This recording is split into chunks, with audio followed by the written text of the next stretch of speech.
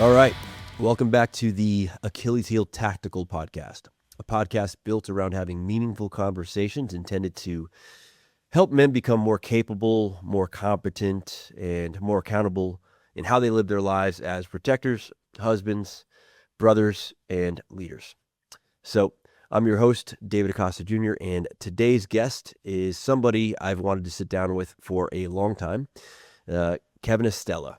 I met Kevin Estela back in 2019 through Kyle DeFore, and over the years, Kevin has had a much larger impact on my life and the trajectory of it, more so than most people realize. So, for those of you that don't know Kevin, Kevin is an author, an outdoorsman, a survival and bushcraft instructor, an educator. But more than anything, I think he's somebody who has spent a large part of his life thinking deeply about things like capability, leadership, instruction, and self-reliance. And honestly, one of the things that I respect most about Kevin is that beneath all the wilderness preparedness work that he's done, he still approaches the world like a genuine teacher. And I think this conversation is ultimately about responsibility, how we lead as men, how we influence others, what capability actually requires, and what happens when life forces you to, at times, rebuild, recalibrate, reinvent yourselves if necessary over time. So, Kevin, welcome, and thank you for your willingness to do this with me, brother. David, thanks for having me on. As a teacher, I would always start off the school year talking to my students saying, there are 3 R's in my classroom, and I think those 3 R's could be the objectives for this podcast, like what I would want people to walk away with, and that's a new perspective on respect, responsibility, and resolve. Because those 3, if you can kind of distill what we do to those 3 rules, I think it's pretty easy to set your left and right limits in life and know when you've gone too far and know when you need to push a little bit harder. So yeah, it's interesting that you brought up the idea of teaching because I've been thinking a lot about teaching lately and a lot about education. So this definitely will be very timely and hopefully a good listen for anyone that's tuning in. I love it, man. Yeah, thank you for that. So, Kev, before people knew you through instruction, through books, through the preparedness world, so to say, I kind of want to start earlier because when I listen to you talk about like things like leadership, responsibility, and capability, it's pretty clear that those ideas were shaped well before this became your actual profession. Before people knew you through, instruction and books in the preparedness world, I just want to start earlier. So, when you look back now, who would you say most shaped you to understand responsibility and leadership as you understand it today? Oh gosh, the answer is very simple, and that's my father, right? My father, I would say up until age 21, right? Like if we say like pre-21, like who was the most influential, impactful individual, that's my dad. And the reason being is my dad, to this day, I consider my dad a true gentleman, right? But a capable individual, someone who, even when he was injured, or I should say ill, most recently, he's asking the nurses, who were taking care of him, he's like, hey, can I still lift my weights? And they're like, oh, we really can't have you lift weights. And, I order my dad some extra weights on Amazon. He's like, oh, these are too light, so my dad is definitely the example who I like to try to fill his shoes, right? Because, I just remember him when I was a little kid, always being creative, always being the one that was there with an answer when I had so many questions for him. And if I couldn't get the answer from him, he would find the right person for me to speak to, right? And he was never the one to say, I know it all, right? And even though the man, I mean, my dad, I call him every single night, even though the man is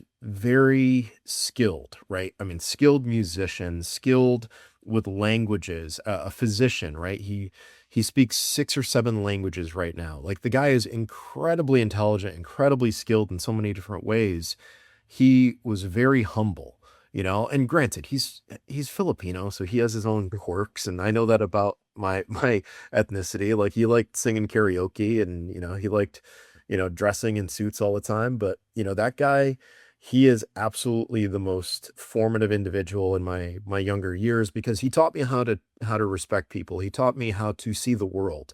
One of the benefits of having a mother who didn't like to travel was anytime that my dad went on a trip, he'd be like, "Do you want to go with me?" And I never turned it down because it gave me an opportunity to see the world. And then when I got back to the States and people would say things about this country, I would say, "You have no idea how good we have it here until you've seen poverty in other nations, or you've seen society break down in other nations where they can't help people who are in need of it." So, I would definitely say that my father helped shape my worldview. He helped me uh, learn my moral compass. My father is incredibly religious. I'm religious. And I attribute that to him and going to church with him all the time. And, being a collector on Sunday mornings. I was like 12 years old being a collector. So I would definitely say in more ways than one, it's definitely my dad without question. Yeah, that's awesome, man. What was growing up with your dad? What was it like going through the early years up into your teenage years? Oh, wow. So the early years, um, by today's standards, they might call it child abuse to let a kid watch an R-rated movie. But my dad never shied away from letting me watch movies like Rambo, Commando, right? Like incredibly violent movies. And he let me, play with whatever toys I wanted, right? G.I. Joe, He-Man, things like that. So my dad was always about, raising a son who was going to be into adventure because in many ways, my dad lived a life of adventure until he came to the States. So, the younger years, my dad was always one to help me explore hiking trails, right? He was always the one to help me find locations where like I wanted to learn about canoeing and kayaking first. And he found the location in New Hartford, Connecticut for me to learn at age 13 or 14 how to kayak. My dad was always one who would bring me back to reality too. Because as a little kid, right, or I should say as like a young adult, we tend to think in extremes and we tend to, want the moon. But my dad would always help ground me, and I like telling this story and I've told it to a handful of people. I remember as a little kid, I was like 5 or 6 years old, and this is probably one of my earliest memories as a child. I remember one time I asked my dad, like, "Hey, could we go up to Toys R Us in Waterbury?" Because some G.I. Joe had just come out, and like I really wanted this G.I. Joe, and like me being like a little bratty kid, I was like, "Come on, Dad, I want to go, I want to go." But he had to stop and do some work in Woolkit, Connecticut. So as we're driving up, I'm just like complaining that we're not at the store yet, we're not at the store yet. And I remember when my dad stopped that car at Woolkit convalescent home where he was like a medical director. I remember my dad said to me, he's like, when I was your age, I had to make my own toys. You have it very, very good. And I never forgot that as a little kid, realizing like, okay, yeah, I do have it extremely, extremely well, and that was one of those things where it stung, right? Yeah. Because truth can sting when you realize you're wrong, or you didn't realize you were wrong until your dad brings that up. So I've never taken that for granted. Like every night before I go to sleep, I say my prayers. Every morning when I wake up, there's a moment where I say, you know what? Thank God I'm still here, right? I didn't go in my sleep. I didn't, you know, uh, go before I feel it's my time, right? And we all know our time is borrowed, but having someone ground me at such a young age saying, you know what, you're very fortunate because when I was in your shoes, I didn't have it so easy. That was something that stuck with me for the longest time. And ever since then, I always looked at my dad as like, this is the guy who has it figured out, right? Like he understood how to say things to me in a way where I was like, I never called my dad sir, but I was like, yes, dad, absolutely, no problem. Um, and he was the final word, Yeah. and to this day, he's still very much like that. He always gets in his 2 cents if I'm doing something that he might consider foolish or whatever. And it takes me right back to being that 5-year-old kid who needed that dose of reality. But even though my dad gave me that dose of reality, he is my number one fan. Super supportive along the way, Awesome. always encouraging me to keep pushing. And every night we get off our call and he's like, "Oh, I'm proud of you," right? And that type of message is so important to hear, because it lets you know that what you're doing matters. And for me, right, like I've learned a lot of lessons over the years, right, from tribe. And I don't necessarily care about the opinions of a lot of people outside of my circle, but the opinions of the people closest to me matter. And to know that I'm doing okay by my dad's account, like that means pretty much the world to me. Yeah. Dude, that's awesome, man. There's so many dudes that don't have that relationship that wish they did, you know? So that's awesome. Yeah, and to that, David, like, I know there are guys out there that are listening and might say, like, well, I don't have a dad, or I've never known my father. But just because you are not biologically a father, right? Or, you can still be fatherly, right? And when I was a teacher, I had kids that came up to me all the time saying, can you help me tie my tie? Right. And they're like, oh, I appreciate you. Right. And things like that. I was not their biological dad, but I looked at them like they were all my kids, you Mm, know? yeah. So as a man, we have that in our nature to be fatherly. So even though you might feel like, wow, I don't have my dad, or my dad's not with me anymore or anything like that, there are people out there that can be fatherly, and, you can respect their word. And if you trust them, then, that's an amazing relationship that you can build. I love that. Yeah. Understanding the difference between what it is to be a father and fatherly. One doesn't necessarily necessitate the other. Right, right. Kev, when you think about it, right? I know this would probably be hard, but what's like one of the one things that your father taught you that still influences the way you live and lead now? Like one of the most important things, or like the big bright thing. Student for life.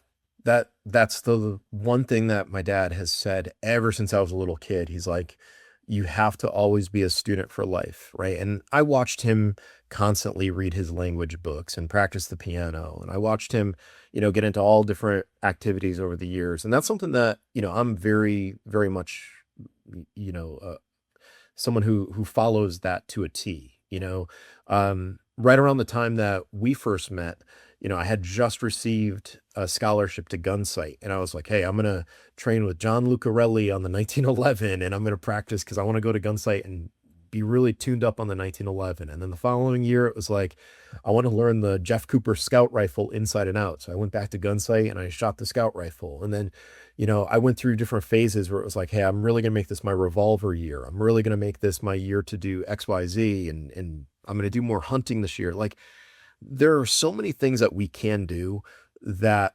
color our understanding of other things in our life. And I mean, to this day, I never claim to be a master of any one thing. I'm just a very good student at a lot of different things. Yeah. And I'm always, the sooner you realize that you'll never stop learning, the better off you're going to be. Because I mean, I could spend a week with you and never learn everything there is about, your mag pouch, right? I could spend a week with, any number of masters that are out there, and, I'll just want more time. So I think that's an important thing to remember. And it's something that my dad taught me, was be a student for life, because I mean, there are so many topics, and now with technology at our fingertips, like, I mean, you can be a student first thing in the morning, when you wake up and just scroll, just different educational pages or discussion boards or whatever it may be. You can be a student by going out to your local library if you don't have technology. You can be a student by being an apprentice with someone, or just learning a skill like that. The whole idea of learning is growth, right? And growth is good. So that is the most important lesson my dad has taught me, is just be a student for life. That's awesome, man. Such an important lesson. Kev, what about some other influential male figures that you've had over the years that you would say have deeply impacted the way you live? Okay, so in my mid-20s, I met two of my late mentors. Marty Simon at the Wilderness Learning Center, I met in April 2006.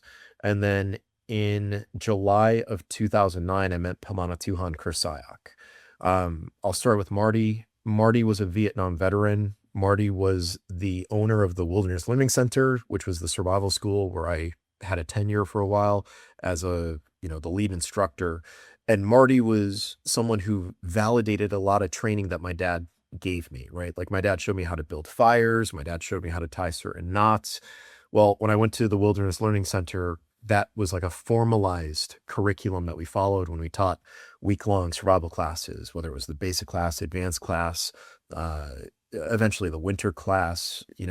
Marty really was one of those guys who I watched this man teach groups of people. I saw the way that he interacted with people of different backgrounds. He was an old Army sergeant. So he was the type of guy who was like, if my students are in the field, I'm in the field. Like he really led by example. And that was one of the important things for me to learn, because it's so easy as a teacher to say, well, I'm on this side of the desk, right? And you're over there, and you have this separation. When Marty was like, nope, I'm a sergeant. What my students do is what I do, and I eat what they eat, and I always eat after them. Like he really was an amazing individual. And on top of that, like the foremost expert in edible medicinal plants. He taught me so much about land navigation. Like he taught me things my dad didn't teach me. And then, we always had fun conversations that I know, like my dad didn't get into the gear on the technical side, but Marty and I could go deep in the weeds talking about gear, right? Talking about which knife is better. Why did he like the Smith & Wesson J-frame revolver in 357, and why my Glock was a piece of junk, right? Like things like that were always fun. I wish I still had the opportunity to do the test that he always wanted to do, where he was like, yeah, we'll tie paracord around the trigger guard of my revolver and the trigger guard of your Glock, and we'll drag it through a swamp and see which one fires. And I was like, Marty, I know your revolver is good, but Glocks have come a long way, and I still wish I could see his face and that gun went bang. But Marty was a real one. We just celebrated the anniversary of his passing, which was 6 years ago during COVID, last week Monday. And then, like I said, in July of 2009, I met Pomona 200 Chris Syak. I had started training in Syak in September of 2007, and I didn't go to the first instructors weekend in 2008 that I was eligible for, but I went in 2009. I started ranking up in the system, and, I met him then. And then over the years, we became very, very close. He's the one who inspired me to write my first book. And then here's the craziest part, and this is kind of a full circle moment. In 2012, the Syaks came to the school where I was training, and they helped me put on a fundraiser for my charity. And my dad walked right into the event wearing a Syak shirt, because I told him to come on down and meet all these Filipinos. And, as usual, right? I mean, there's people watching the principal who's, giving the show, like there's security. Yeah. And they saw this old man, Filipino guy, walk right in wearing a Syak shirt. They're like, is this a challenge? Like, we've never seen one of these. And my dad goes up to Chris Syak, and they start talking. And it turns out, and this is the crazy small world, turns out that Pamanatu and Chris Syak's grandfather was the doctor in the Philippines who my father interned with, who my dad was able to explain, like, I knew your father's assistant. Your grandfather was always trying to set me up with his assistant. In fact, he goes, your father and my brother were best friends. They used to go out to the bars and the clubs, and, they would leave the car door open as like a test to anyone in the bar. Like, go ahead and touch that car. Watch what happens. Yeah. So like my father is running through this whole history. And, my favorite photo to this day is a photo of my dad on one side of me. And I'm sorry, Chris Syak is in the center. My dad's on one side. I'm on the other. And it was just that realization that like the Syak family and my family were interconnected for decades. We fell apart off to the side, but, I reconnected with them in, the late 2000s, and, we're back on track again. So even though, I'm not as active as an instructor in Syak, I'm still promoting the system. I will always be loyal to Syak for the lessons that I was given, the ability to think logically, the way to see the world through the correct set of filters, the way to check myself to make sure I'm not screwing up, or to make sure that I'm not doing anything where, I could be a liability to the people that are closest to me. Like all of that is thanks to the Syak system and the family. So, once I get a few more things squared away here, which it's been a bumpy journey, I know we'll get to that. I'm fully intent to start up again, because I miss a lot of the training. It's just not a smart decision for me right now to continue if I've got to focus on other things, and I've got to invest in some things along the way. Yeah. That's wild, dude. Kev, listening to this, what parts of those mentors eventually became integrated, if you will, into your own identity and leadership style? Wow. So I think with my father, it's compassion. My father, for someone who, again, does push-ups every morning, lifts weights, right? Like in his prime, he was a, hulking guy, right? Big barrel chested guy, totally compassionate, right? Like a loving dad. Marty had the greatest sense of humor, but Marty also had such a serious side to him where he wouldn't joke he wouldn't joke too much about himself. He would make jokes about other things, but he always took seriously what he did because he knew that the lessons that he taught could save a person's life, right? And that's one thing that, I believe in, that if I'm going to teach something, it's because I've done it, or, I've seen it done, or I can do it in front of you. It's never theory. It's always, hey, this absolutely works. And I think that's so important, to show real skills. And I can attribute that back to Marty because, Marty would always say he's there to teach you the hard skills. If you want to learn the spiritual side of the great outdoors, you can do that on your own time. If you want to learn first aid, that's something completely separate from survival, but like learn that on your own time. Marty was like, I only have so much time with you, so I'm going to give you skills. And I think that was definitely his influence. And then, Mm. as far as Pomona Tua and Chris Syack is concerned, I mean, gosh, the man could do it all. In one moment, he could blow your mind with his just unbelievable recall of information.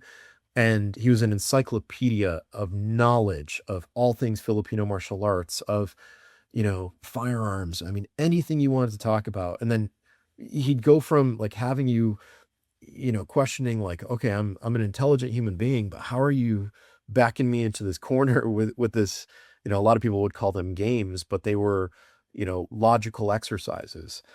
And then, Yeah. just when you're about to snap, he'd say something and you're like, "Oh, okay, this was the humor reset that I needed." Right. And then every once in a while, like I'll catch myself teaching and I'm like, oh my gosh, I sound like Marty. Right. Anytime Marty would say, it's not like those things don't grow on trees, right? Like just being totally sarcastic. That's a Marty, or I'll have someone in my class like just get so frustrated and I'll come down, I'll sit next to them just like my dad would sit next to me and like, you know, provide a little bit of an explanation of like, hey, this is why you're getting frustrated. Take a deep breath, go for a walk, right? That type of thing, right? That was totally my dad. And then there are times where, just the energy of Chris Syack, right? Just sometimes that energy, I'll catch myself and I'll be like, I just remember how he could be gentle with the way that he would tap the blade, and I had the fortune of working with him a handful of times. And I was like, wow, this guy, for as massive as he was, he had a gentle way, but then he could turn it on where you're like, I'm not getting through that defense. There are times where like I'm working with a student on something and you have to be both the soft and the hard instructor at times. And I'm like, wow, like I think Pomona Tuan would be looking down and being like, good work. Even if I'm not teaching SIAC, if I'm teaching bushcraft survival, defensive shotgun, whatever it is, I'd be like, you know what, maybe they're looking down smiling, so uh, that's probably the hardest question you've asked so far, because I have so many fond memories of years with both of those guys and obviously with my dad, like, but those are the ones that are at the forefront of my mind right now. Like definitely, uh, there's more out there, but those are the ones that stand out right now. Do you think modern culture undervalues the importance of having strong mentors? Oh gosh, I think modern culture is giving people crutches. Um, I think there are people out there that would look at a mentor and say like, okay, that's a strange relationship. Isn't that strange that you're getting close to that individual? Isn't it strange that, you're hanging on things that they say, right? Like just because I know modern culture, like you have the streaming services that love putting out television shows or programs about, oh, this cult and that following and this and that. And I think anytime that you have a mentor who becomes popular with their students, there is absolutely going to be an association with some type of negativity. Whereas I think there are people out there that want to disassociate with what's positive in this world. And they might already see it as strange, but they need that. They don't have a connection to any groups. They don't feel belonging. And as a result, what do? They lash out. Mm. I mean, you look at all the school shooters and you look at some of their manifestos that have come out and they're talking about being the outsider, the outcast, everyone picked on them. Well, again, who cares if people pick on you if you have the opinion of someone who matters telling you otherwise? I think it's important that you have that anchor, right? You have that system that's there to support you. And I think society would say, yeah, you get in with that martial arts school and, oh, you're only learning how to see things one way. And, everything looks like a nail if you only think like a hammer, right? Like people are quick to knock the importance of a mentor. Or they'll say, well, society will teach you everything you need to know. It's like, well, society is also filled with some negativity and maybe you don't want people learning that. Like, I feel like there's definitely pressure from people um, to look at mentors with a critical eye, like, oh, how terrible are they? As opposed to like, look, there's a whole slew of good people that have come through this program, or look at the people who have trained under that mentor and who they are today. If you look at what a person produces, it says a lot about that person, right? And I think if you look at who these mentors are, the ones who I've mentioned so far, and you look at the people who have come out of their programs, you would say, wow, that's the type of person I want to find. And, the people that I've mentioned are not exclusive to my life. They're out there, right? Like they exist in all walks of life, right? Law enforcement, there are, senior training officers that are out there. As teachers, we have, cooperating teachers that help student teachers along the way. Like there are mentors in so many walks of life. And, people are quick to assign that title mentor to, and that's another topic. But the ones that are truly mentors are good for you. They're the ones that are truly mentors are people who, maybe you should pay attention to what they're saying because, they might help you understand the world a different way. You mentioned something important. You said how people will assign the title or responsibility of Yeah. mentor that don't necessarily qualify. Can we talk about that? Yeah. So I've had people get interviewed and they've said, I am their mentor. And I've never trained them physically. I've maybe messaged them a couple times on Instagram. I've replied to questions. They've read my books, and I don't like it when people do that. Not saying that I'm not qualified to be a mentor, but I'm saying that we did not put in the face time or the reps to establish a mentorship. Mm. I've had people ask me like, hey, can I pay you $1,000? And, can I come out and train with you for like 90 days or whatever? I'm like, no, I'm not set up for that. That's not my business model. I don't want to create, a whole bunch of instructors underneath me, that type of thing. And there are people out there that will absolutely recognize that there's a need for mentors and they'll take advantage of that. There are so many programs that are out there where it's like, hey, if you do my 90-day program or my 30 days, I'm going to get you to do X, Y, Z. That should be a giant red flag, because a true mentor relationship, like it just happens. You don't force it.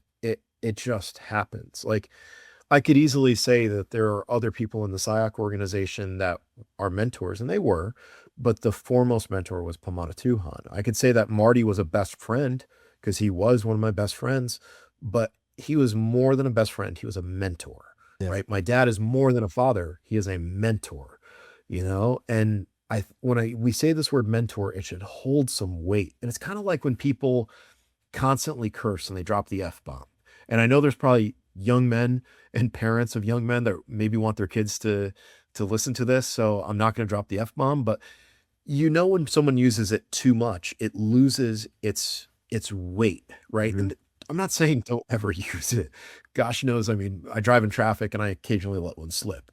But when you use it all the time, it loses its strength, it loses its value. It's like when you hear people say, well, that's racist, that's racist, that's racist. Well, if everything is racist, it makes nothing racist. Right. So I think it's the same concept with the word mentor. If everyone suddenly becomes a mentor, then no one's a mentor, right? Is it a mentor or is it a teacher? Is it a mentor? Is it a best friend? Is it a mentor? Is it an advisor? Like, would they still be your mentor if you didn't pay them? Would they still be your mentor if, you had to drive a significant distance to go see them. Like would they be there for you the way that you want to be there for them? Because if they're not there for you in those ways, I don't consider them a mentor, because a mentor, there's a caring relationship involved. Mm. 2013, I went through a real bad breakup with a girl who I thought I was going to marry. Pamana Tuhan said, "Hey Kev, come down to Philly, come train." And I remember I needed that. And we had this amazing conversation. And I think about other people that would have just been like, "Ah, just suck it up. There's more fish in the sea," that type of thing. But he really realigned, what I need to focus on. And he's really the one that, said, you should continue writing, keep immersing yourself in writing and create things. And I can look at my writing career for magazines in the early 2010s and attribute it to him. Mm. So yeah, the term mentor is one that gets used way too frequently. And it's also a term that, we have to protect. Yeah. And I'd be very careful if you are in a position where you supervise other people and people are quick to use that term mentor. I'd, definitely level set, and I would reach out to those people and be like, "Listen, I might be advising you, but I'm not quite a mentor," because you want people to have a full understanding of what those terms are before they start believing something that they shouldn't necessarily believe. Yeah. What's a quick way to distinguish, at least for you, what determines the difference between the two, right? Like a mentor versus a coach or a teacher? Oh, gosh, you really hit me with a hard one there. So, I mean, a teacher is going to install information, Mhm. right? Teachers, that's what we do. A coach is going to refine that information. Like, I've seen videos of you, Dave, teaching, and like I know that you're getting 99.9% of capability out of individuals that might show up to class with 95%. Like, a coach is there to see what you're doing, compare it to what has been taught by a teacher or an instructor, and then get that person to the next level. I think with the mentor, it's someone who takes care of the entire student, the entire mentee, right? So a mentor isn't just someone who, and this is speaking from my experience with my dad, with Marty, and with Chris Iac. They didn't just care about like, what's our relationship. Marty wasn't just like, "Hey, Kev, come up, teach for my school." Like, we didn't have just conversations about survival. We would talk to each other about what's happening in the world. We would talk to each other about, just funny things that would happen, in our circle of friends, right? And we would talk about life and how certain people are succeeding or what they need.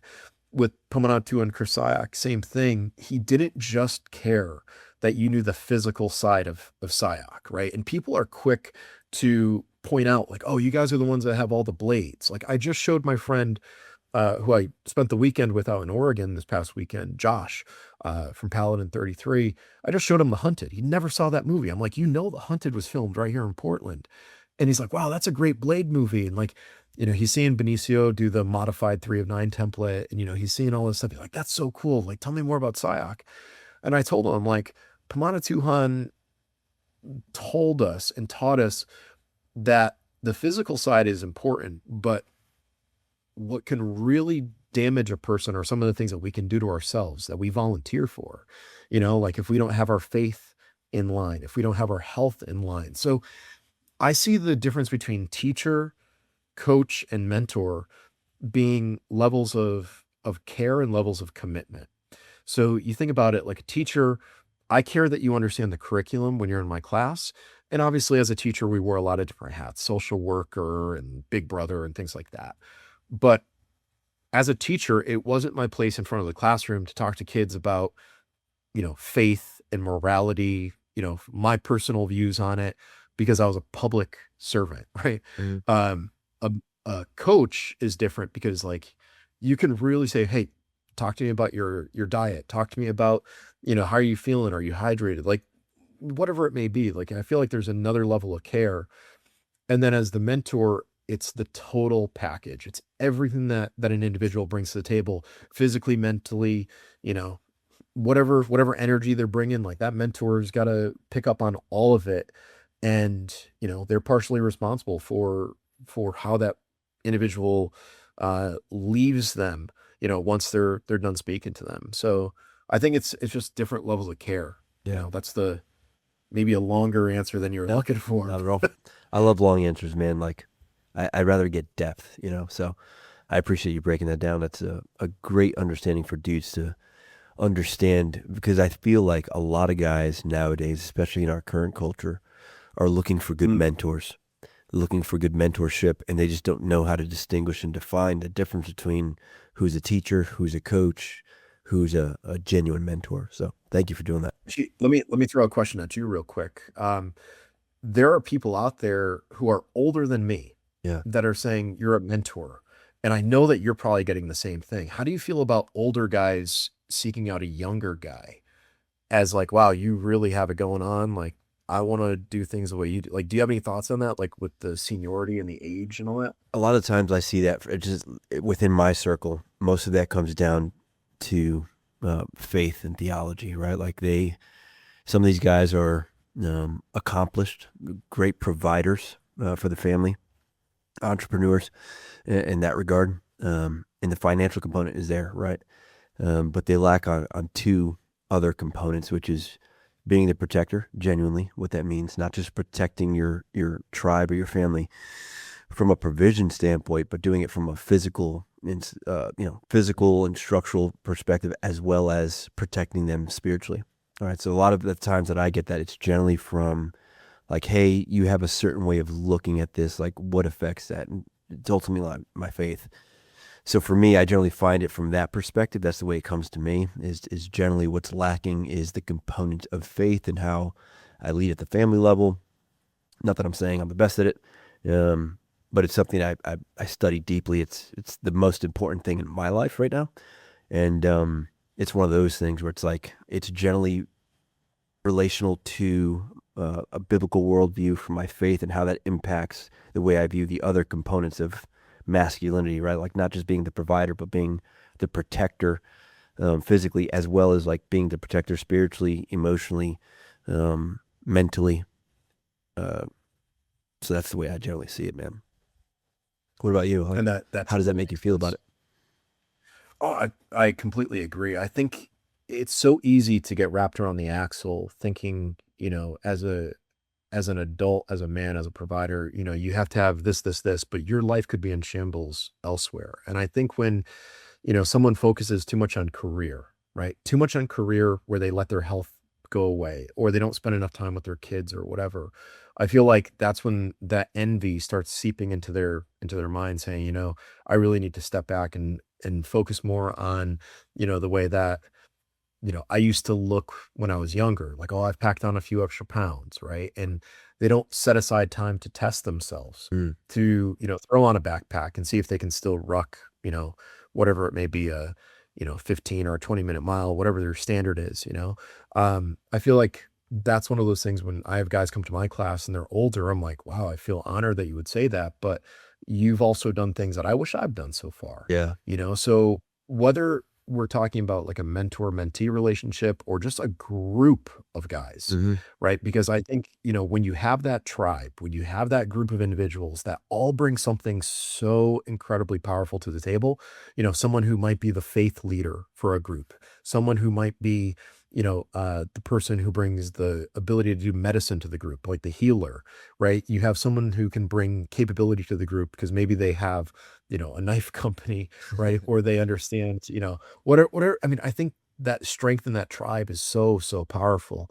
That's something that I think about too. Like, who do we surround ourselves with? And I think a lot of these guys who are struggling, they're looking for other individuals to help them become better versions of themselves. And, it, at first I would shy away from when people would say like, "Oh, I want to do things just like you." And I'm like, "Well, you're a little bit older, but it's all relative." Yeah. Like I'm not asking someone to do exactly what I'm doing, but I can show you how you can introduce something that I'm doing into your life and you don't have to constantly compare yourself to me, Yeah. right? If compare yourself to who you were, right? Like we talk about in SIAC, right? 24-hour clone, compare yourself to who you were, right? A week ago, a year ago. And if you're seeing improvement, guess what?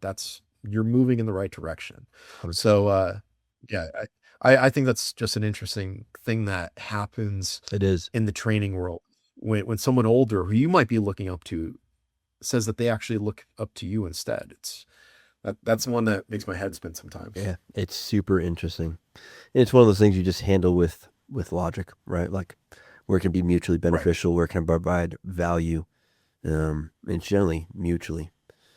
Kev, one of the things that I think separates you from a lot of people is, especially in the preparedness instruction space, is that you generally approach things like an actual educator, right? I kind of want to talk about that a little bit. How did the years that you spent in education shape the way you eventually approached instruction and leadership? There's only, I mean, I teach very conceptually. And what I mean by that is, a concept could be student focused instruction, where the teacher stands back and the students kind of guide their own instruction, right? Another concept could be instructor focused instruction, where it's lecture. And I would look at the way that different kids learned, right? Some Mm. kids had to be very hands-on. They had to be very physical. And we know that there are physical learners out there where they could watch something, never understand it. They walk through it one time, physically move their bodies, and they got it, right? There are people out there who are very visual learners. They're not going to get much out of reading a book.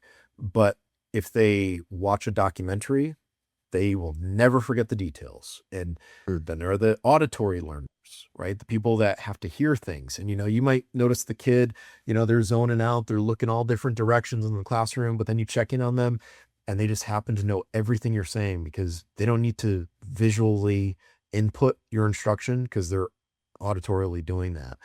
Um, it- when it comes to translating the history lessons to say like, whether it's primitive fire starting, right? Friction fire, or it is land navigation or knots or whatever, right? I always try to think of those three different types of learners because there are people out there who the minute an instructor starts talking, they're fidgeting. Those are your physical learners, right? Those are the Yeah. ones that you might call up and say, "Hey, I need you to help demo something for me. Come on here." Right? Because now they've gotten out of their seat, right? And you always do that with the ones that are moving around, that are squirming, right? Mhm. And then, there's always someone who's recording. And, you could say, "Hey, why don't you put that on a tripod and like come on up here and watch me do it?" Or like, "Hey, take this picture from around my back so you can see what my hands are doing here because I want you to see my hands the way that you're going to see your hands." So you always think about the way that those students are learning. Um, I think it's there are a lot of instructors out there that want to be the center of attention, and whether that's ego or, that's their publicist or that's someone telling them like, "Hey, you're the only one that can be talking. Don't let anyone steal your thunder." Like, we also know that those people can be tyrants. I think it's important to let the skill set or the topic be the star of the show. Yeah. Right. And that's a lesson that I've learned where, I would tell my students in the high school, like, "Hey guys, you know, I am very interested in this topic. I don't know it all, but I want to show you guys what I do know. And I'm going to let you guys find out whatever else you want to find out." Right. Like we would teach the Spanish Inquisition and I would show the students some torture devices and the kids would, be like, "Can I please go on my phone?" I'm like, "No, not right now." You can look up home torture devices when you get home. Um, and then the same thing is true, like when I'm teaching, the survival classes, if I'm teaching a lesson on butchering, right? Like I've been very active with my friend's television show lately. And, I just got done going to Fort Benning, helping out at Best Ranger in the first ever civilian challenge lane and helping these rangers get physical butchering. Like, man, it is so cool to see the way that these different guys learn. Like, one guy I remember, he's like, "Okay, I'm gonna get my hands in there," and like he would bring it like right up to his face and like look deep inside. They're it doesn't matter if you're the most elite soldier or military guy in the world, or a child or an elderly person. Those three concepts, right? What we say, what we show, and then what we let students do. Those three are universal, Mhm. and it's just a matter of like when you're a teacher, you've got to keep things fresh. So you might show them something that's very fast paced and really exciting. And like, you might do it in a way that's flashy, right? We've all been to shooting classes where, we watch an instructor do something at breakneck speed. You mentioned Kyle before, one of the greatest shooters I've ever shot with. Yeah. The first time you watch him shoot a 100 cold and he crushes the thing in like 11 seconds and he gets like a 97 or higher, you're like, I could never do it that fast. But then what does he do? He walks you through everything from stance to, his secret with, pinching with the support hand. Like, and then by the end of the day, he's speeding you up, right? But he's showing you things in different delivery methods, super fast, super slow, a lot of attention to detail. I think if we remember that, whether we're teaching someone formally, we're showing a good friend something, never forget those are the three ways that people learn. But then it also means that there are three ways that we should be teaching. How do we speak? Are we going too fast? Like I've caught myself many times when I'm speaking, I'll do that. Where like I'll give there a slight second, a lag of what I'm saying, because I'm waiting for people to see if they're following along, to see if I'm picking up where I left off or if I'm moving on to something else. We have to think about the ways that we demonstrate things. Are we doing it for our perspective or the student's perspective? How do we let them see how things look from the way that we're doing it? I mean, there are so many parallels in so many different ways that, you could look back at your favorite teacher from high school, from college, your favorite instructor, and you could say, wow, I learned the best from them because they showed it that way. And then you might not even realize like that's the type of learner you are, right? Like you might think, oh, I can hear everything. Well, I know that I'm the poster child for undiagnosed ADHD, and I'm constantly looking around. I'm doing all sorts of stuff, but I know when I am watching something, I can pick it up pretty quickly. But I've got to watch it. SIOC taught me I'm not just a visual learner. I'm a kinesthetic learner. I can't just see it. I gotta have someone do it to me. I gotta feel it, for me to pick up on how to do it to someone else. So like, just remember those details. 3 ways of learning, 3 ways of teaching. And I think you could pretty much teach anything. Sure. This episode of the AHT podcast is brought to you by Attorneys on Retainer. At AHT, in our defensive and our combatives courses, we often talk about the 3 components of responsible preparation and decision-making in relation to the use of deadly force in defense of human life. It's the moral component, it's the tactical component, and it's the legal component. Most responsibly armed citizens spend the majority of their time thinking about the tactical component while neglecting the understanding of the legalities that follow such an encounter. And the truth is, if you're ever forced to defend yourself or someone you love from such a scenario, the situation doesn't simply end once the threat's been neutralized. There are a myriad of potential consequences that follow critical incidents, and those realities should be considered long before the conflict ever occurs. So what should essentially be a post-fight consideration quickly becomes a pre-fight or an intra-fight consideration. And the problem with that is simply this. It ties up bandwidth. It makes you slow to make a good decision and or fast to make a bad decision. Real preparation is about minimizing any uncertainties before you're ever placed in a position where you need to make decisions under stress. And that's why we've partnered with Attorneys on Retainer. Attorneys on Retainer, AOR, provides responsibly armed citizens with immediate access to experienced legal representation following self-defense incidents. This helps ensure that you're not navigating those moments all alone. Because just like any other life-saving preparedness equipment or protocols, it's far better to have it and not need it than need it and not have it. So, to learn more, visit attorneysonretainer.us and use our code AHT to save $25 on your membership. For you, was there ever a moment in teaching where you realized that someone understood the information at an intellectual level, but that doesn't necessarily mean they could actually apply it? Oh, theory versus practice. We had a gentleman, this was in 2011, come through the basic and the advanced class at the Wilderness Learning Center. So we're talking 14 days of instruction with like a day of break in between. So 7 days on, a day off, 7 days in the field. And this guy, he could easily tell you, oh, in this book on page, 257, whatever, like he was definitely on the spectrum. There's no doubt about it. And I'm not throwing shade at him for that. But he was very theoretical, Mm. and to a point where he would hang on the theory, even though in practice we could demonstrate that the theory was garbage. Mm. Like I remember I had a lesson and I was like, yeah, natural cordage is great. We can make natural cordage out of milkweed, natural cordage out of evening primrose, natural cordage out of spruce root, natural cordage out of, I listed all of them. I said, guys, there's no such thing as a natural cordage that is stronger than anything synthetic. And this guy was like, what about spider silk? And I was like, all right, Dan. I was like, can you show me how to harvest spider silk in the wild? And he's like, well, and I'm like, isn't it easier to just carry fishing line?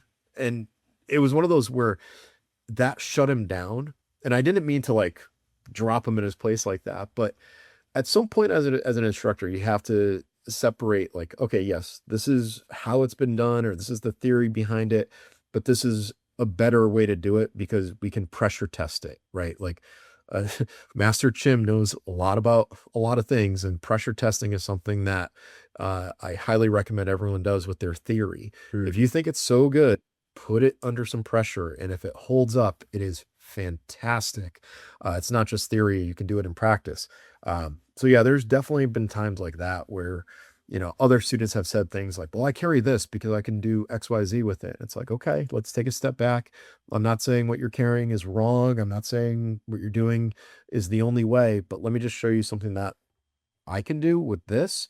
And I'll show you 5 other ways. You decide which one is the best way afterwards. I'm not telling you there's only one way, right? And I think there are a lot of instructors out there that, adhere to that type of teaching where it's like, I'll show you 5 or 6 different ways to run the slide on your pistol, right? Are we going to release it with our thumb? Are we going to release it with our other strong hand thumb? Are we going to power stroke it, slingshot it? Are we going to run it off of our belt?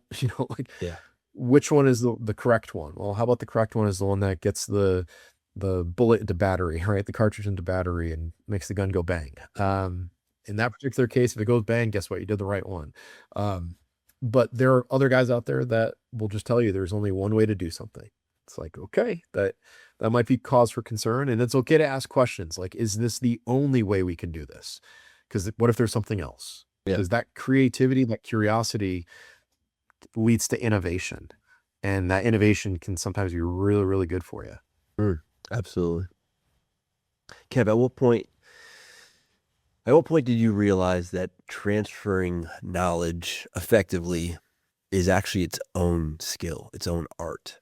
Oh gosh. I didn't really understand like the impact of an instructor until college. I was a swimming instructor, when I was a lifeguard. I was a canoeing and kayaking instructor, which I did it for the tips in the summer and to get a great tan and like, it was fun. Mm. In college, I really watched the way that the professors spoke, and Mm. I really paid attention to why I liked the way that they taught. And to this day, I always say like whenever I teach, there's definitely hints of like Dr. John Orman in my teaching because he could capture everyone's attention, and he was a little crazy. Like you felt like he was a little bit unhinged, but then he'd bring it right back and just spit out knowledge. And I was like, this guy absolutely has my attention. Like I took multiple classes with that professor because I liked the way that he taught. And I want to say that it was probably Dr. Orman that made me realize that instruction was an art, because this guy, even though we were absolutely opposed on the political spectrum, I respected the man wholeheartedly because he was the type of guy who, in the middle of class, he would be talking about basketball stats, and then he would talk about, celebrity politics and this person in the industry. And I'm like, this guy's all over the place. But at the end of the day, like I paid attention to him, and he would say later on, like in his classes, like, oh, that's the lesson of this. Remember I taught this a couple weeks ago, like, and we all remembered it, and I realized that, he would engage us with storytelling. And there is something to be said about the power of stories, right? Like we remember stories about our friends from middle school. We remember stories about experiences that we had in classes. We might not remember all of the details. We might forget the month that it happened, but we remember the details of the story. And for me going into teaching history, right, it's a very narrative driven topic.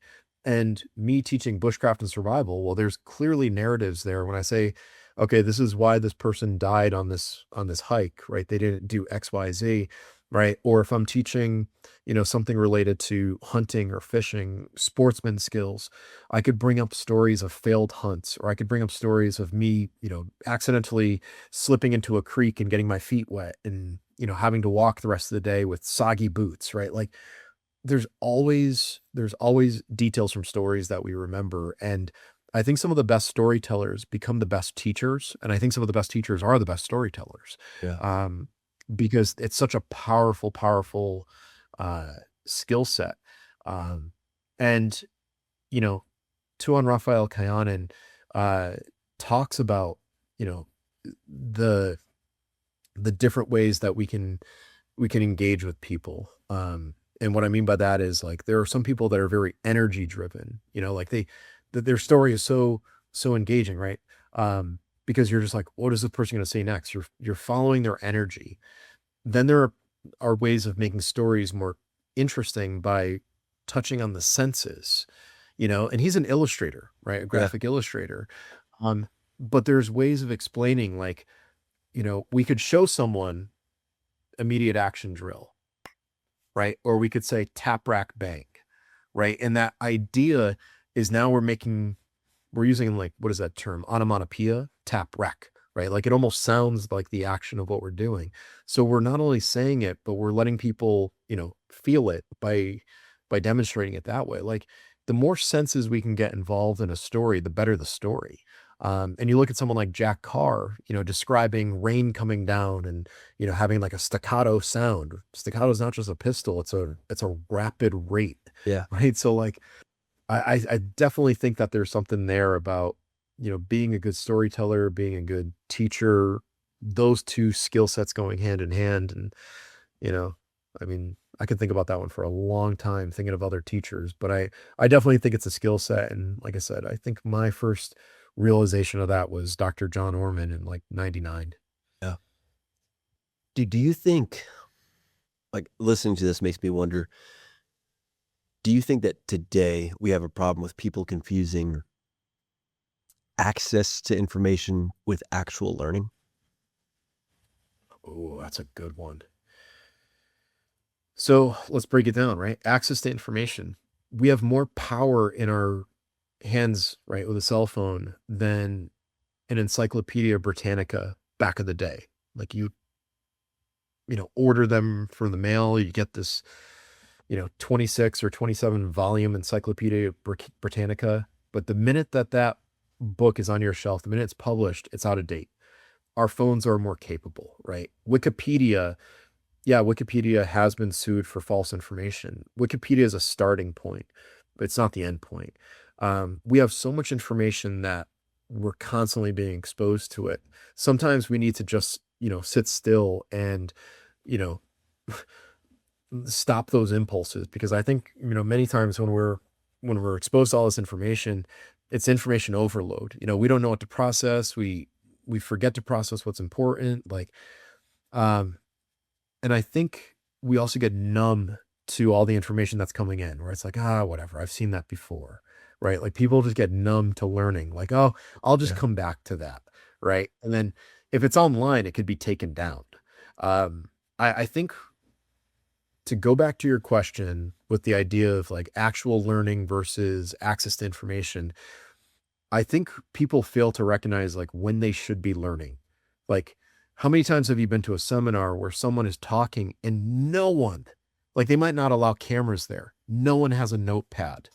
It's like, oh my God, guys, take notes. Like, you don't know if you'll ever hear this ever again. You're definitely not going to remember everything from this seminar. Yeah. Most people don't have photographic memories. Like, I think The real issue is it's not just the access to the information or confusing learning when it's not really learning or anything like that. I think it's not learning when you should be learning, Mm. right? Like not paying attention. You should absolutely be paying attention, take notes, have a way to scribe, have a way to take notes. And if you have your phone on you, hit that record button. If you have your phone on you and they won't let you take pictures, use the notepad function or just carry an analog method, right? Old notepad and pen is better than memory. I think that's the real issue right there. Yeah. In your experience, what would you say makes someone most coachable, most teachable? So someone who's the most coachable and the most teachable, they've got to have a clear mind. And that's easy to say, like clear your mind, right? Empty the bucket, let other things fill up the bucket, that type of thing. You know, if someone's coachable, then they're not worried about food, right? Marty at the survival school used to provide all meals for students. And that he used to say, I don't want my students wasting time preparing their own meals in a 40-hour week when we could have the meals prepared for them. They go, they eat, they get back into training. So we only would spend like 30 minutes, maybe 45 minutes on each meal, and it was right back to training because Marty took care of that need. When it came to teaching at the high school, there were times when kids would come to me before class and say, uh, things aren't good at home right now. Like, can I just put my head down on my desk? Like, I don't mean to disrespect you. I'm just tired. I'm like, you don't even need to say anymore. Like, in fact, if you just want to put your head down, that's fine. If you want to go to the nurse, I'll have your work waiting for you. Like I think we look at Maslow's hierarchy of needs, right? And we have to have basic needs covered. People have to be comfortable. They have to feel like they're safe. They have to feel like they're fed. Um, if someone has all these thoughts on their mind, they're not thinking about learning. That's the last concern that they have. You could take it to the adult world, right? And imagine a person's marriage is falling apart at home, right? Husband or wife is about to leave them. They're away at a conference. They don't know what's happening at home with the husband or wife. And now there's kids involved. They're not thinking about the conference. They're thinking about home, So I think when people have that clear mind, that's when they're able to learn the best. But that's not saying that it's a total wash if someone shows up and they don't have a clear mind. Right. That's where the coach comes in and says, look, I know you're going through some stuff right now. You need this job to pay for your family's needs at home. And I'm going to make sure you have everything you need because you're only thinking about first order of effects, not second and third. And I think a coach is someone who, again, what level of care? They go in there and they say, look, I'm going to make sure you get this. I'll stay a little extra longer afterwards. Why don't you go take that phone call that you need right now? I think when you find that in an instructor, that's the instructor that you continue going back to, versus the one that's like, if you're not paying attention right now, pounding their chest, that type of thing, you can get out of here, like that's just someone who wants to hear themselves. Yeah. Like as opposed to, do they care about the student or do they care about their image in front of the rest of the class? That's great. I wasn't expecting that answer from you, but it was actually better than what I was anticipating. So thank you for that. I want to move on. Sure. So I feel like the longer somebody operates in a position of leadership, whether it's business or a public facing role, the more they eventually run into questions of like trust and reputation and discernment and ultimately responsibility. I feel like those lessons usually come through experience, most times the hard way. What hard lessons have most changed the way you approach trust in business and relationships? Oh gosh, this is another really good one because some of these lessons are so vivid in my mind. They've bothered me for quite some time. You and I both have a background at a similar training company where we saw people who were put into positions of power. And these people that were put into positions of power had no reason for being in those positions because they didn't understand the role that they were in. But, that absolute power corrupted the process, where trainers didn't necessarily respect the administrators. And this is something that, is true in almost every job. Like once you get into that middle management position, and you're no longer one of the employees of say like one category, but you're one step higher, you stop getting invited to the group outings of those employees because they want to gripe about their superior. And sometimes the gripes are legitimate. Sometimes the gripes are about just the work conditions that they're all facing. I mean, we know that that shared hardship is part of tribe building, Mm-hmm. but we also know that sometimes when those gripes are being made, it's because there's legitimately a problem with an individual. And many times that individual isn't able to be um, uh, assessed for their capability, or like the right people aren't asking the right questions about that person, and they stay in that role of authority. So I think what I've experienced is, you have someone in a particular group that's the best person for the job. Let's say that they happen to be a medic, right? This person might have the highest medical credentials out of anyone else in the room, but the person in authority doesn't ask for the input from that highest level SME, right? And as a result, the information that's getting put out is not standardized. It's not current. It's not what should be put out. It's actually dated, right? And then, I think the other issue that comes in is, when people are outside their swim lane, right? Like I know in the past, I've been responsible for building out training programs where I was like, I am not going to step on the toes of that instructor. That instructor can do it better than I can. And as a result, it has definitely helped with the way things are run. Like I don't know how much time a person needs to cover this lesson if I've never seen that lesson. And something that's really interesting is, there's this idea, and I don't think people think about this one. Like there are ways that we can be assessed, with whatever we teach, right? I can watch someone teach a survival skill, and we're speaking the same language, literally and figuratively, when they're teaching skills. But what happens when you have an instructor who is teaching something in a foreign language and you're assessing that person in that foreign language? So think about this one. This is just an interesting thought. There are principals and vice principals assessing teachers teaching foreign languages. They don't speak that language, but what they're tracking are the things like engagement. They're tracking things like how much time is the instructor teaching, how much energy is that instructor giving to the one student in the front of the room versus going to every single student. So even if we are not speaking the same language, we can identify when there's an issue with the way information is being taught. That we can identify, if there are issues in the workplace, with the way that, say, like the person delivering the information is or is not being respected. Um, you know, I've personally seen that. It makes me feel like garbage when, I know that I might have an answer and my answer isn't valued. And that can be very damaging to the workers. Like if you want to build resentment in the workplace, make it feel like your workers aren't being heard, right? Heard and understood. Um, but I think really, one of the issues that's out there is that, you might have these people that are listening, saying that they listen, and they're really not. And they're just ineffective leaders. And as a result, the workers that are working feel like their message isn't being heard because the leaders aren't following through. They're just moving on to the next thing, or they're overloaded. I mean, I'm thinking all over the place here because so many examples are coming to mind. But um, let's just say that there's no shortage of issues when there's a disconnect between middle management and the people that are working for them. I don't know. I was all over the place on that one, but so many things came to mind with that question. It just definitely brought back a lot of memories.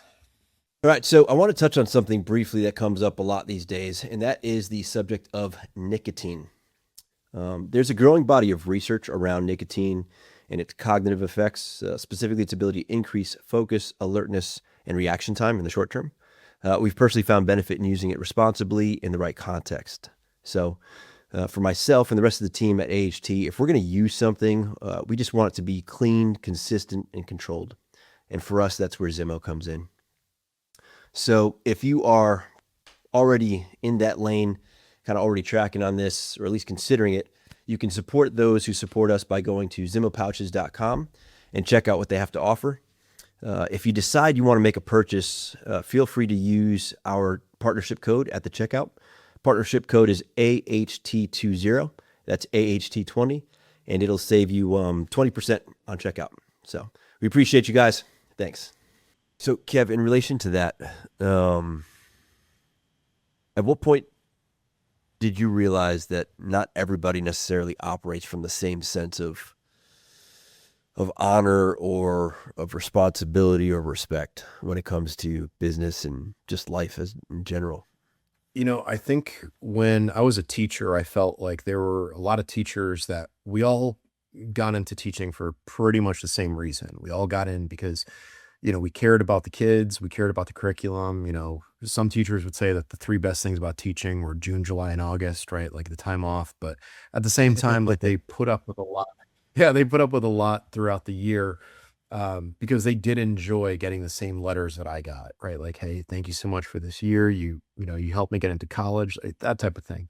When I left teaching and I joined the private sector, I really felt like, the company that I worked for, we had a very solid mission. I still believe in that company's mission, but I felt like the motivations for people to be there, they were off, and, Mm.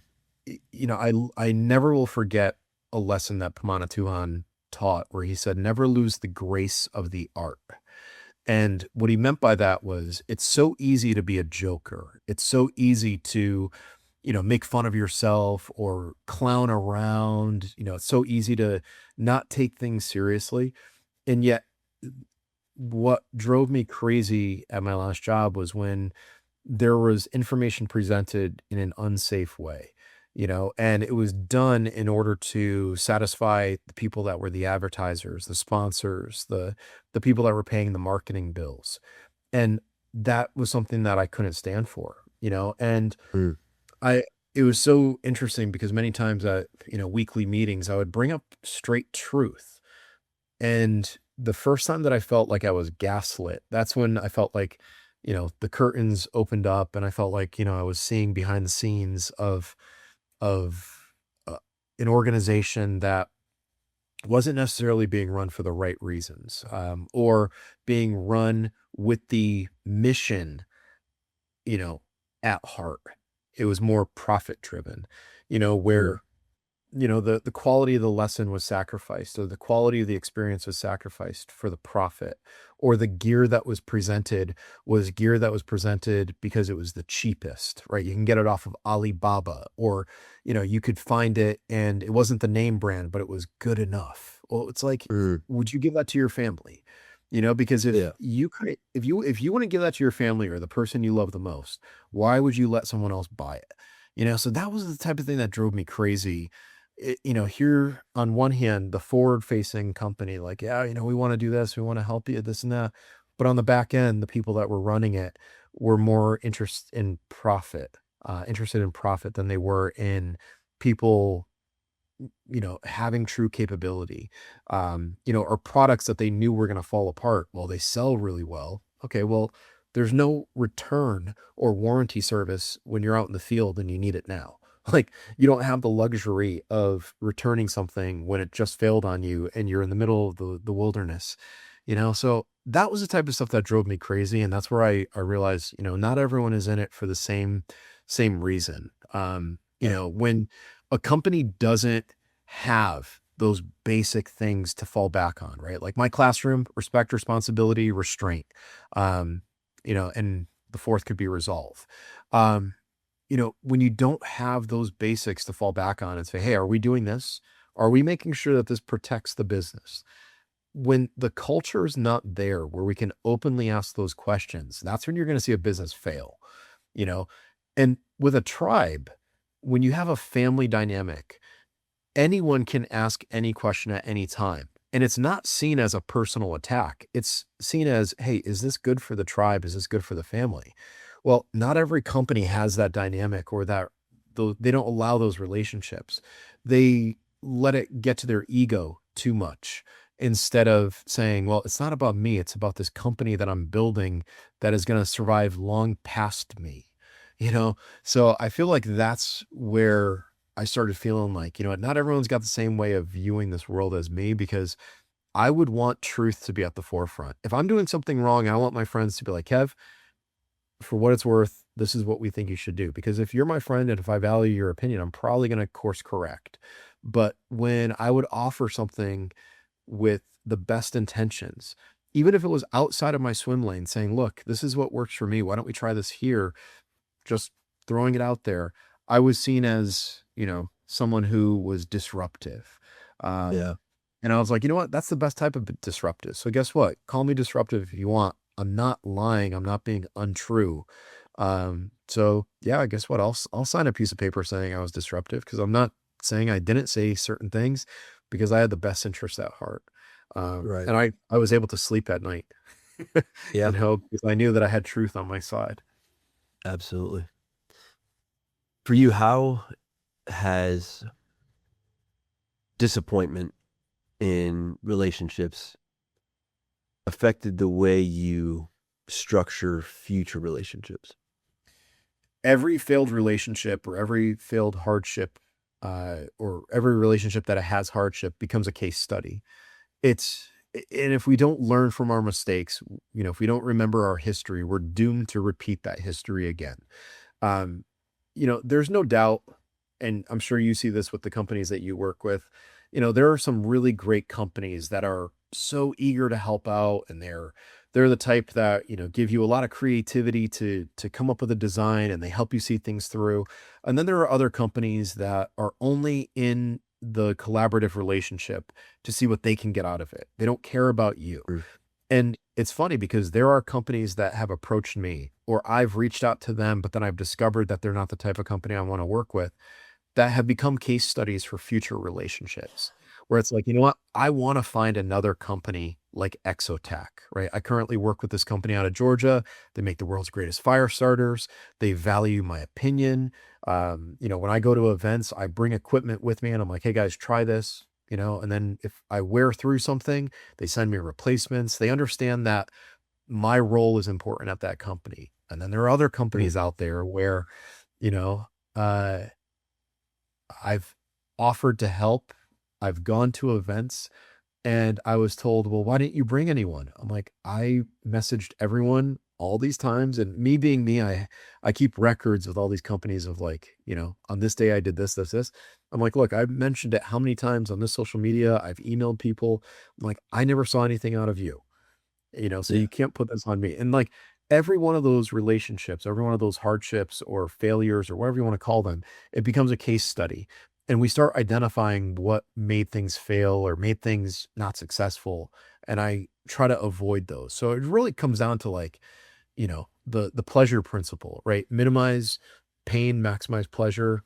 Well, the same is true in business, right? Like we could look at how do we minimize the losses and maximize our profits, but at the same time, do it in a way that we feel comfortable at the end of the day, you know, and we know that we haven't compromised our personal values just for the sake of making money. Not every company is like that. And I just try to avoid the ones that don't think the way that I think. We don't have the same common worldview. And I try to get with the same people, even if they don't have the same training or background as me, but they have the same moral compass. That's who I try to work with today. Yeah. How important is it for you and for everyone listening? How important do you think it is for men to protect their name and their reputation? Your name and reputation is something that, you know, again, I'm going to go back to a lesson that Pamana Tuhan used to teach. And he used to say that no one can take your honor away, only you can give it away. And that was one of the most profound statements I've ever heard anyone say.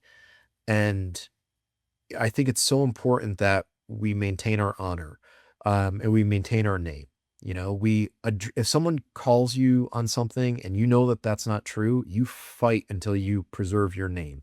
You know, you ask for evidence. Hey, if you say that I did this, show me that I did it. Because guess what? I can bring the evidence. I can bring the records. I've got the receipts to show you that I did not. I think it's important to not only protect your name, but then to also elevate and magnify your name.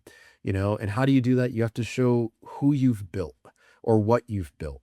It's one thing to say like, hey, you're an individual, you're out there in the world and you're doing this, you've impacted people's lives, but what are you leaving behind?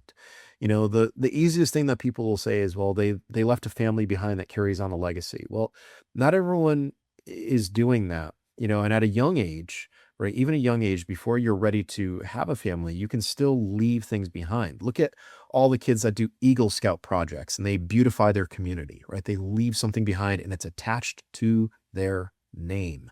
Mhm. You look at other things that you can do, helping build in your community a program, maybe not something physical, but you're building a program that lasts and lasts and lasts. Like, there's a group local to me here in North Carolina, the Remnant 300 group. Jim Pilkoskis leads these young men in a Monday night ruck. He leads them in religious worship. He leads them in, just understanding how to be good human beings. I've taught for them. He's brought me in to speak to them as a writer. But he's built something that is enduring. It's still going on. And, I always say, what did you leave behind?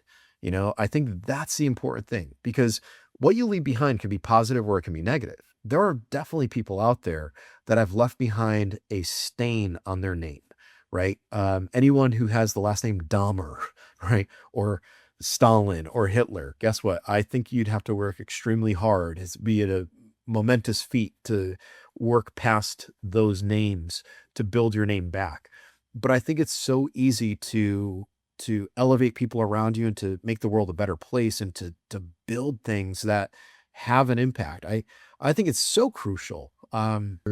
And I would advocate for people not to give away their name to every project if they don't believe in it, because it's so easy to attach your name to something, and like this isn't going to be true for everyone, but it's true for me. I get approached regularly by companies that are like, oh, can we collaborate with you on this? And I look to see who else they're working with. And I'm like, no, I don't agree with that individual. I don't agree with the message or the delivery. And as a result, I'm not attaching my name to your program. I'll put it as Yeah. diplomatically as I can, but only you can give away your honor and only you can give away your name. And you have to fight for it, because that is one of those things that will endure long after we're gone. Is how will people remember you? You don't want them to remember you as that stain on history. You want them to remember you as someone who built something that's lasted, that's impacted people's lives, that have made this life a better place, that have made people more capable. Man, your name is everything. It's so, so important. Yeah, man. I I agree wholeheartedly. Um, and those are things that, like, you know, the point of the discussion and discussing these things, having these conversations, are just to infer that lesson. Some lessons are better to have learned from inference than from experience. Um, do you think social media and marketing have made authenticity for consumers harder to recognize? Oh, very much so. It's a struggle that I go through every single day, right? I don't like saying the term influencer or content creator, but that's in many ways what I've become. It's one of the hats that I have to wear to build my brand and to build my name. Now, I know there's a difference between what is entertaining and what is informational. And I also know that there's a careful balance between information and entertainment. And there are people out there right now in the survival space, the bushcraft space, the hunting and fishing space that are very entertaining, right? And there are also people out there who are elevated because of the the aesthetic, whether that's their physical aesthetic, they might be, a buxom, blonde fisherwoman, or, they might be a guy who does cold plunges and he's got the six pack. And you know what? We know that sex sells. Yeah. But what does that have to do with the lesson that they're teaching? Like, I refuse to do anything where they're like, okay, Kev, roll up your sleeves, show off some muscle. It's like, why? It doesn't, I should be able to wear long sleeves and still be able to teach exactly what I'm teaching and have it be impactful.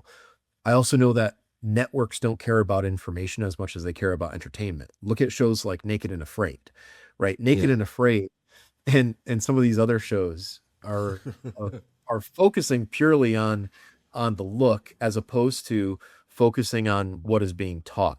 Now, I've had friends that have been on Naked and Afraid that are highly talented, and I respect them for how they teach, but I also know that they were put into that position. They offered themselves up for that position. And it's like, oh, now people are only going to see you as that, right? Yeah. I think it's so difficult because social media is powerful.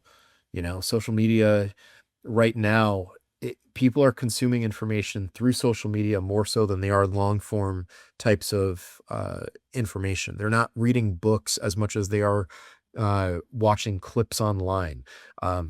Being in the television space with my friend's television show, there's talk of me getting my own show. And right now, the craziest thing that's happened is it was either Warner Brothers or Paramount was just bought out by a streaming service. And all of the television executives are like, this is just showing how information is being disseminated. Like people are watching it on their devices more than they're watching it on the big screen or on front of a computer. There are more people watching what are referred to as vertical format videos, right, than there Mm, are horizontal.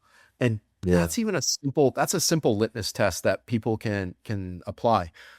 Are you getting your information by holding your phone vertically? Or are you getting it from holding it horizontally? Because there's a difference in what is being presented, how it's being presented, the duration that it's being presented. There's something to be said about that. So yeah, it's absolutely difficult now for people to differentiate between a true authority versus someone who is a highly entertaining um, person who's been elevated to a position of authority. I used to say, like, you want the best survival skills? Go learn from the trapper in Alaska who doesn't call them survival skills. He's just running his trap line. He doesn't care about cameras. He doesn't even have a flip phone, right?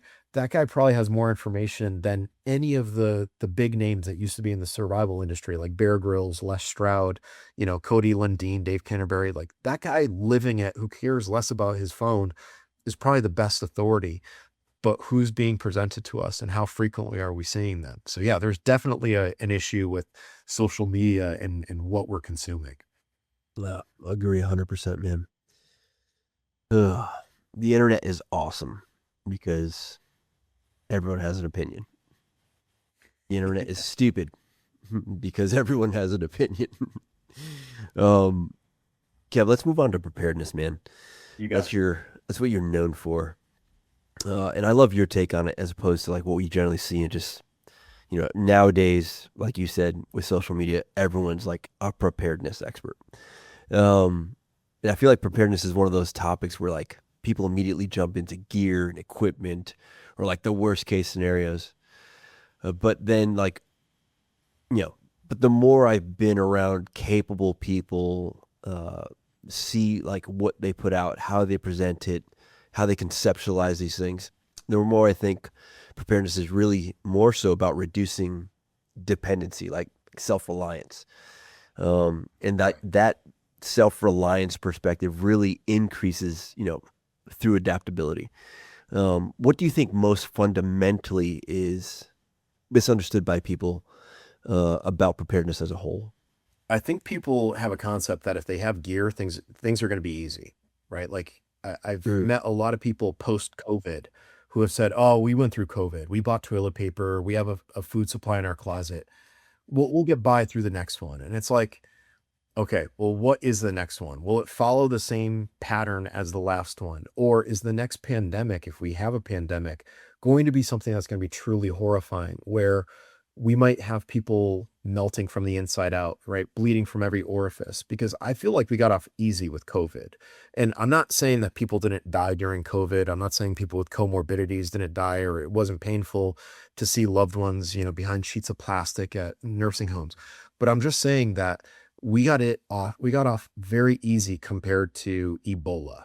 We got off very easy compared to, the Black Plague, right? Like I feel like people think if they have gear, it's going to be easy, right? And this is true not just for a pandemic, but it's also true in the great outdoors. Oh, I've got rain gear, it'll be okay.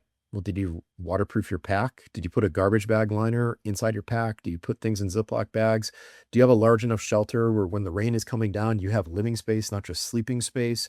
Or do you know how to? I mean, I could go on and on and on. I feel like people think as long as they have gear or they've done it once before, they'll be able to reproduce that process. Mm. It's like, okay, I always joke and I say, you go to the shooting range and you have a box of 50 rounds. Do you hit the bullseye one time on the first shot and say, I don't need to shoot the other 49? Like, you got to burn those reps. You got to get good reps. You got to do things over multiple times before you can truly say you own a skill. And I don't feel like people are willing to put in the time or the effort to really assess their capability and their level of preparedness, how ready they are, right? Like, yeah, you have food in your closet. Okay, when was the last time you checked that food? When was the last time you went and you experienced a deliberate test of your readiness by saying, okay, we're going to do a 72-hour drill. Can we really live off of this food? By the way, we're going to turn off the breaker in the house, or guess what? That stove is off limits. Can you make that food if you don't have power? You know, maybe during the pandemic, you never lost power. Well, this time you are. Like, I feel like people don't add enough training modifiers to see if their preparedness checks out or if it's just all for show. Yeah, that's great. Kev, what systems do you think most modern people have become most dangerously dependent on? Public water. That's a big one. Public water is massive. Because without water, I mean, gosh, you're not flushing your toilet. So sanitation becomes a problem. And with sanitation, then you get disease, right? If you cannot properly bathe and properly dispose of human waste.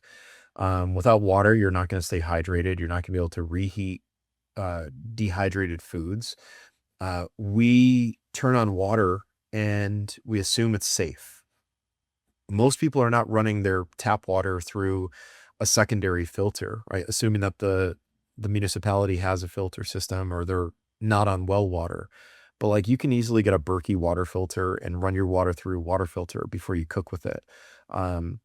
How many times have you heard of like a boil water notice and you're like, damn, I've been drinking this water all weekend and now I just see this notice on my phone from Friday, you know? I feel like people assume that it's safe, and yet pipes break, water comes out smelling like sulfur, maybe signaling something, there's an issue somewhere down the line, the water line. I feel like water is one of those things that just we take way, way, way too much for granted. We also assume that police are going to be there on time. You know, like if you live in a rural area, you might be one of 40,000 people that one state trooper has to respond to, and it might take 20 minutes for that cop to get there. And yet people say, I don't need to carry a pistol or have tools on me or whatever, because I'll just call the cops. That's assuming that your cell phone is going to go through or your landline is going to go through. It's assuming that the dispatcher is going to be able to pick up and, discern what is the actual issue.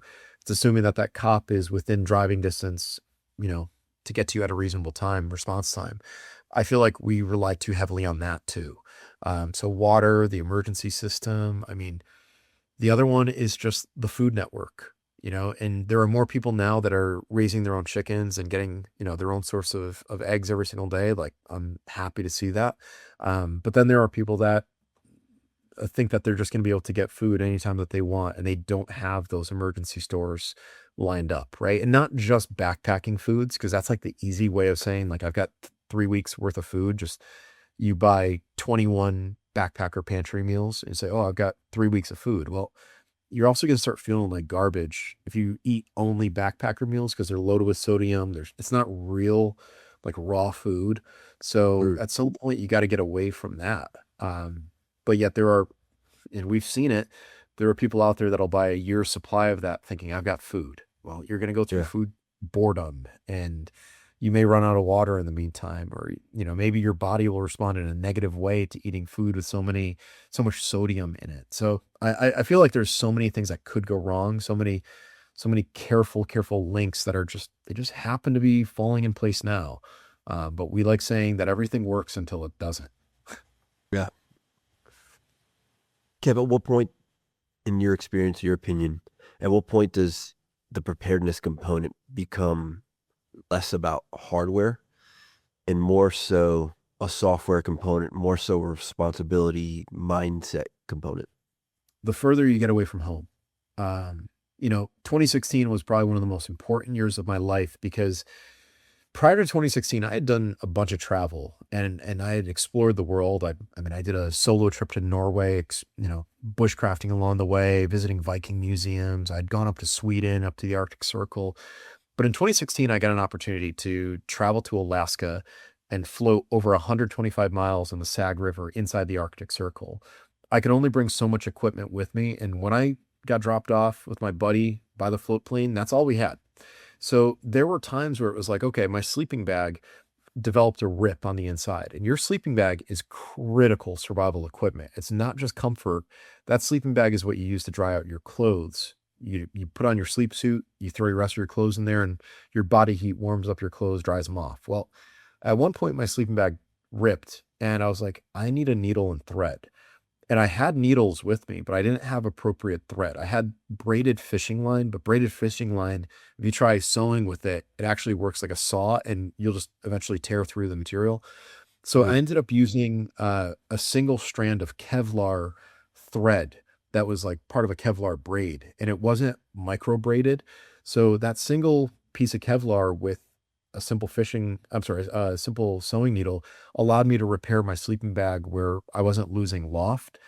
And that's just an example of like, I was far from home. If I were close to home, I would have gotten the appropriate needle and thread and fixed it right there. I might have grabbed an extra sleeping bag and said, I'll put this one away and I'll fix it another time.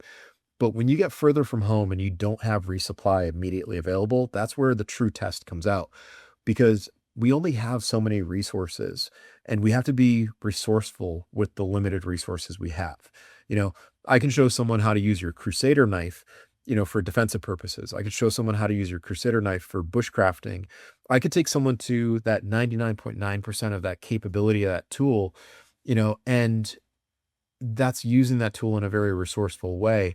Or you could be the type of person that says, well, I've got the Crusader and I've got an axe and I've got a multi-tool and this and that. And it's like, you've got all this gear, but you can only use that gear so far, like 10% of its capability, because you're relying on too many other systems.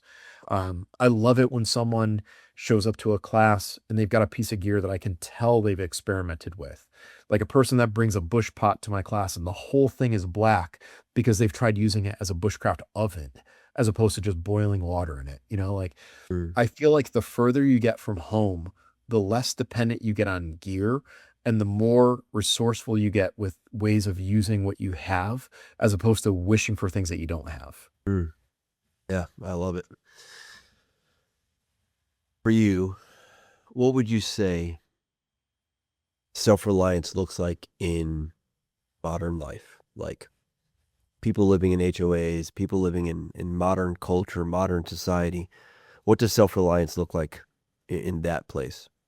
Well, I can say that, Bill is obviously a good friend of both of ours. I would say Bill is like the perfect example of someone who is living a self-reliant lifestyle, but not everyone unfortunately has the property that he has or the family structure that he has or the support of his church. So for the average person that has like an HOA, or neighbors that they can see, I would say that, self-reliance now means like have your network of five, right? Five people within 30 minutes or 30 miles that are there for you in case something bad happens. Those five different people, they don't have to be hulking individuals, but they should all have something that they can contribute to the group, right? So they should have someone who's a healer, someone who is a mechanic, someone who, is able to, I mean, the list goes on and on. So healer, mechanic, someone who can provide security. You could have someone in that group who is a builder, right? Could literally fix things, around the house or repair things, no issues. Someone who's able to communicate with other groups, So I mean, like you start looking at like the capabilities of these people, they should all be part of your self-reliant network. I would also say avoid making your network too large because that's a lot of mouths to feed.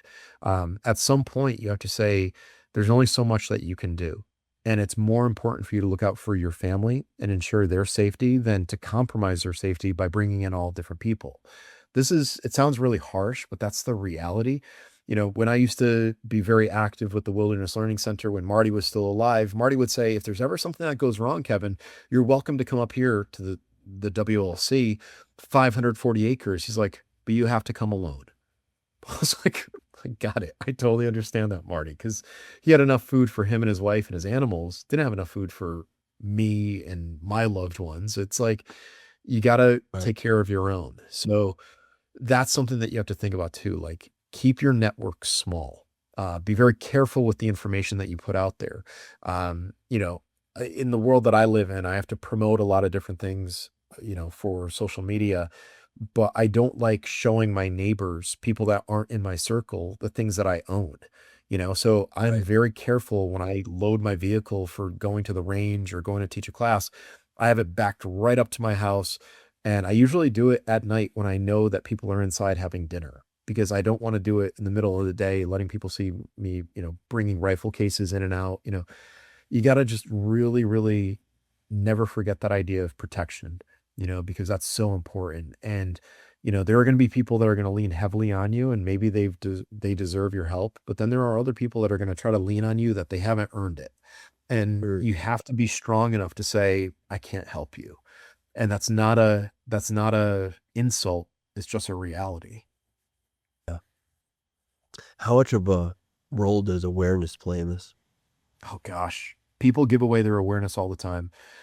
People love to get polluted. They love to get drunk. Um, you know, I can think of a few times where I've gotten phone calls where it's like, I need you now.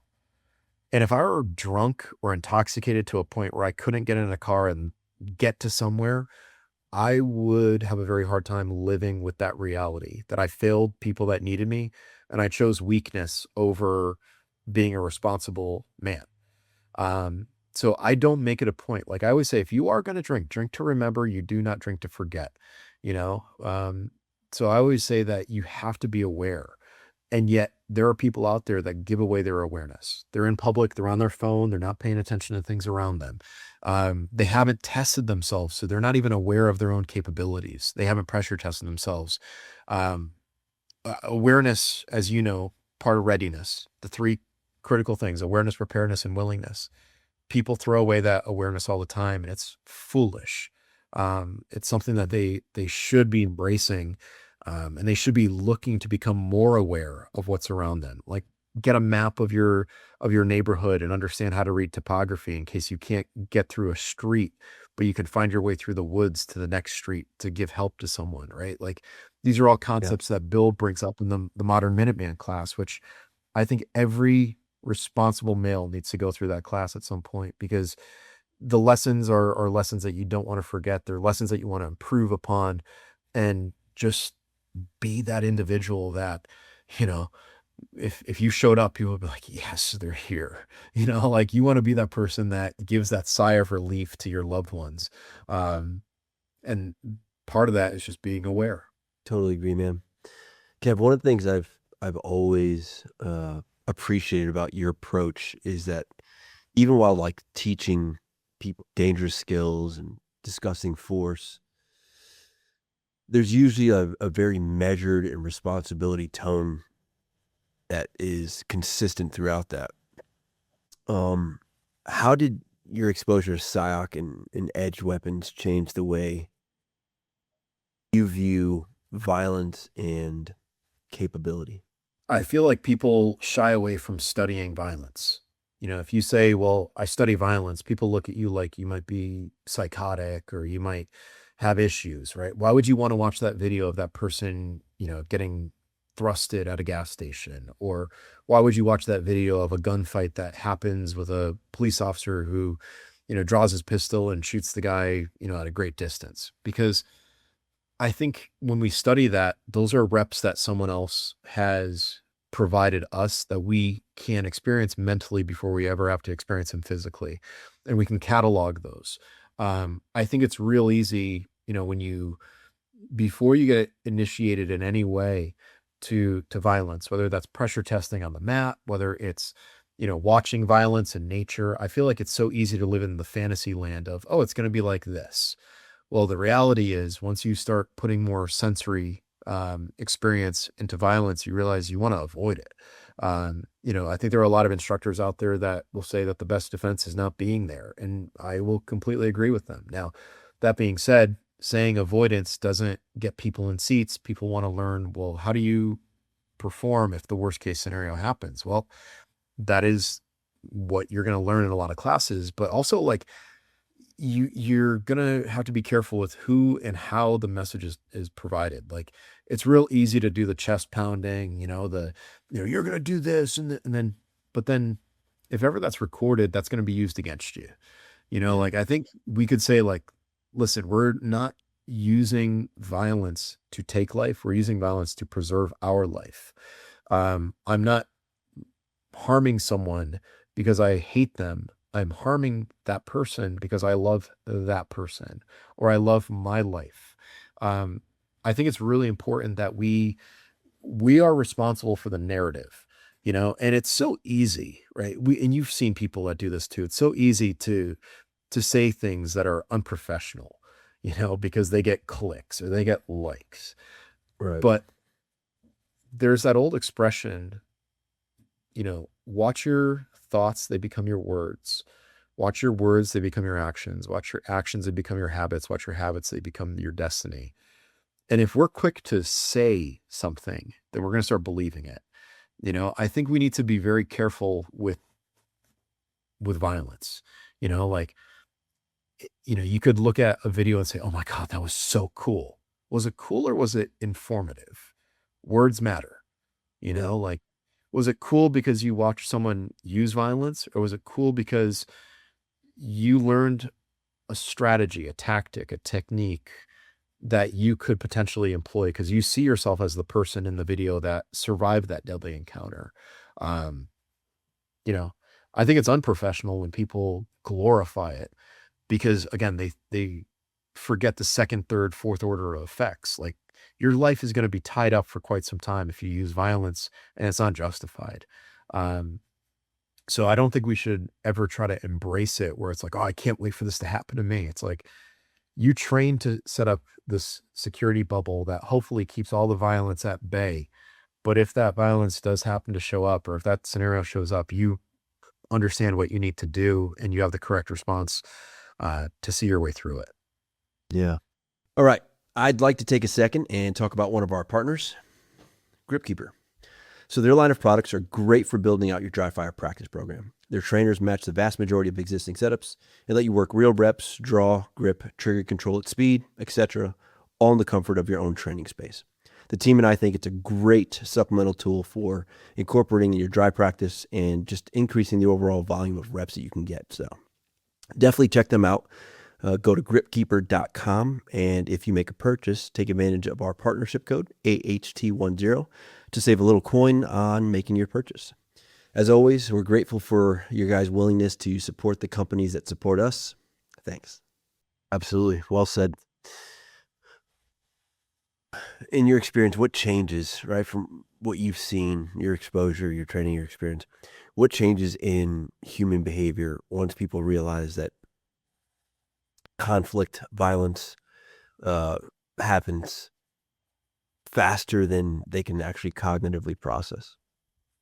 Oh, gosh. You know, I've seen a lot of people, once I bring up the idea of, sandals being tactically irresponsible, I see a lot of pushback on that one. They're like, yeah, that's comfortable. It's like, okay, what's more comforting? Wearing shoes that you can run in.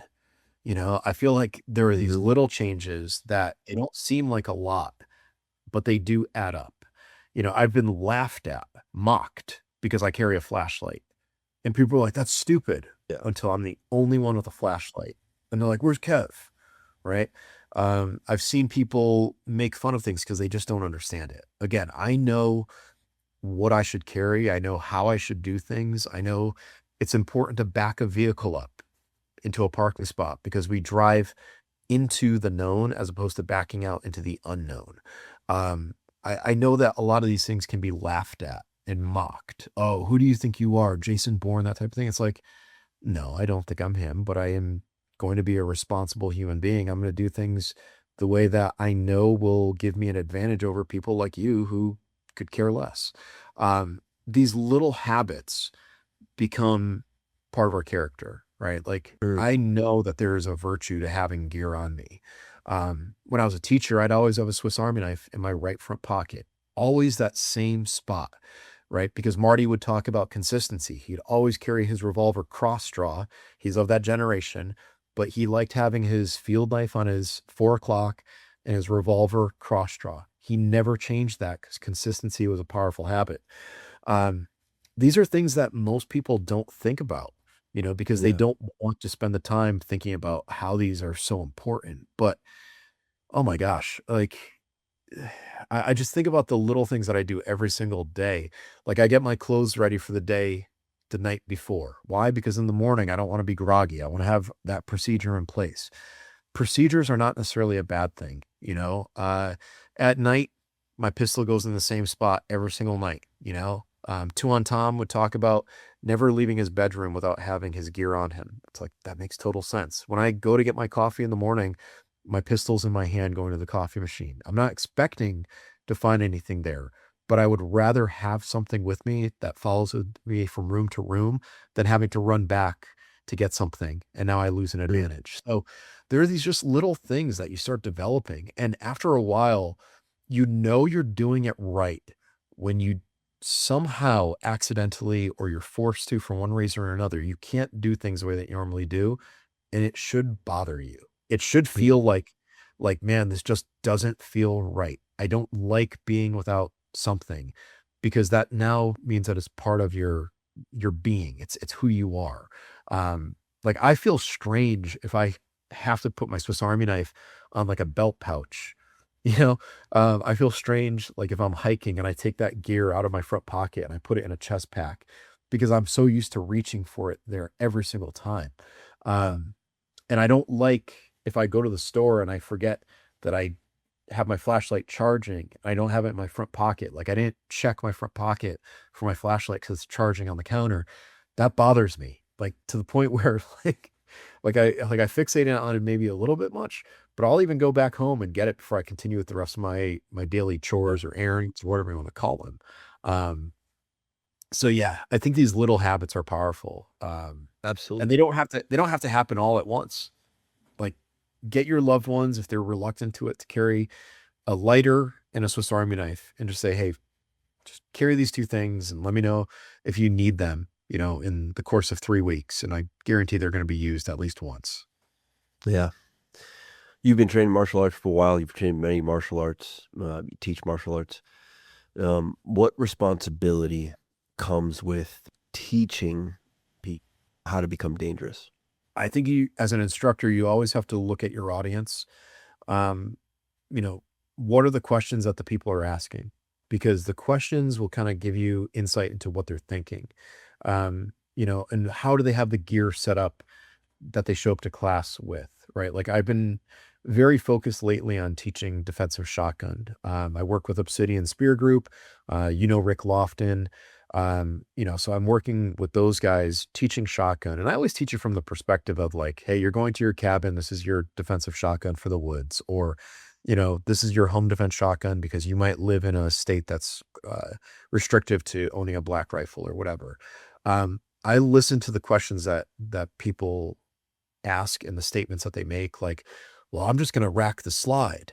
It's like, okay, you're already thinking the wrong way. Like if you're thinking that someone is going to respond to an audible sound of a racking of slide, you're assuming that that person has mental wherewithal, as opposed to someone who might have broken into your house on illicit drugs. They don't hear that slide. It's not registering, so I think the responsibility is there as an instructor to listen to not just the questions that are asked, but the statements that are made, and course correct when need be.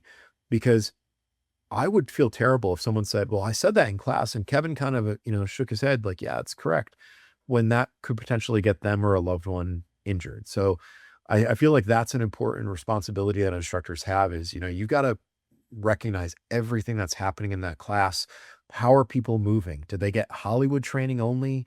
Did they show up to class with training? Are they that they got from someone else that maybe not was the best training, and now they're trying to trump your instruction and teach students something else, where it's like, you should only be focused on that instructor. You never know who the person is in the class. They might have had training, but might not have been the best training. So I feel like that control of information is the ultimate responsibility of the instructor. Kev, do you think, in light of that, do you think some people do they confuse training with actual capability? Who said it? All training is cosplay. You think about that, it's a harsh reality. All training is cosplay. At some point we're mimicking reality.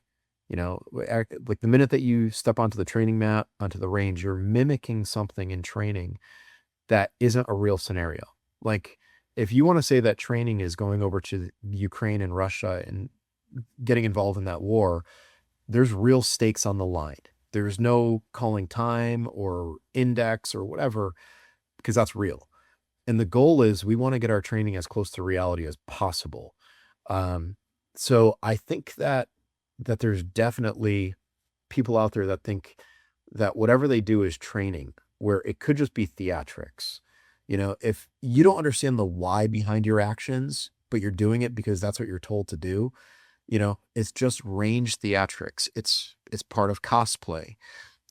If we put real stakes on the line, and if we said, hey, you're going to do a, post-incident scan, whatever you want to call it, post-engagement scan. And if you do not see what's behind you, your loved one over there will get punched in the face. You can guarantee that that person is going to do a deliberate scan and make sure that they're seeing everything. They're going to look far ground, near ground, the flanks, as opposed to just doing the quick cursory scan that means nothing. So I feel like there are people out there that will teach something and the students will do it because they feel like it's training, but they don't understand the training value. And they, more importantly, can't understand what's the why behind you do that. What if the police are showing up after you just shot a bad guy and now the police think you're the bad guy? How do you quickly, audibly and visually identify that you're not a threat? I feel like there are things out there that people don't consider because they're taught, well, this is the most important thing in training. Do a scan. No one asks that question why. So training, unless there's real true stakes on the line, it's all cosplay. And I'm not saying that that's bad, but we have to know that cosplay is to an end. And ultimately the end is to make you more educated and understood of what the training is for and why it's done.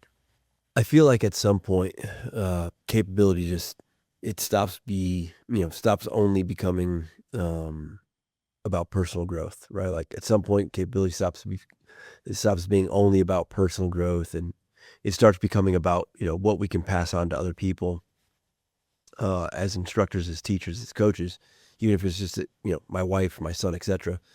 And I think mentorship, stewardship, and investing in younger generations is much more of an important conversation than many realize. Something that stands out to me about you and your take on generational impact and helping younger people through camps and through mentorship opportunities is huge, because it speaks to a much bigger idea than just preparedness alone. At what point did you start thinking about that seriously in regards to generational impact and legacy, really? I mean, anytime that you write something down, it becomes a record. My book was definitely one of those things where I knew that book will long live past me, but that book didn't show up until my late 30s. In my early 30s, I had a student, and she was a babysitter. She was a babysitter for this little boy, her neighbor, and the little neighbor boy passed away in his sleep from a rare heart condition, hypertrophic cardiomyopathy, like a thickening of the heart walls. And she wanted to do, at age 14, she wanted to do like a basic fundraiser. And I remember telling her, I was like, you could do something much more impactful and have a legacy for this little boy by creating a charity fund, like an endowment fund. And through community building and community fundraising, we were able to raise enough money where now there is this charity fund called the Tyler James Gingery Memorial Fund.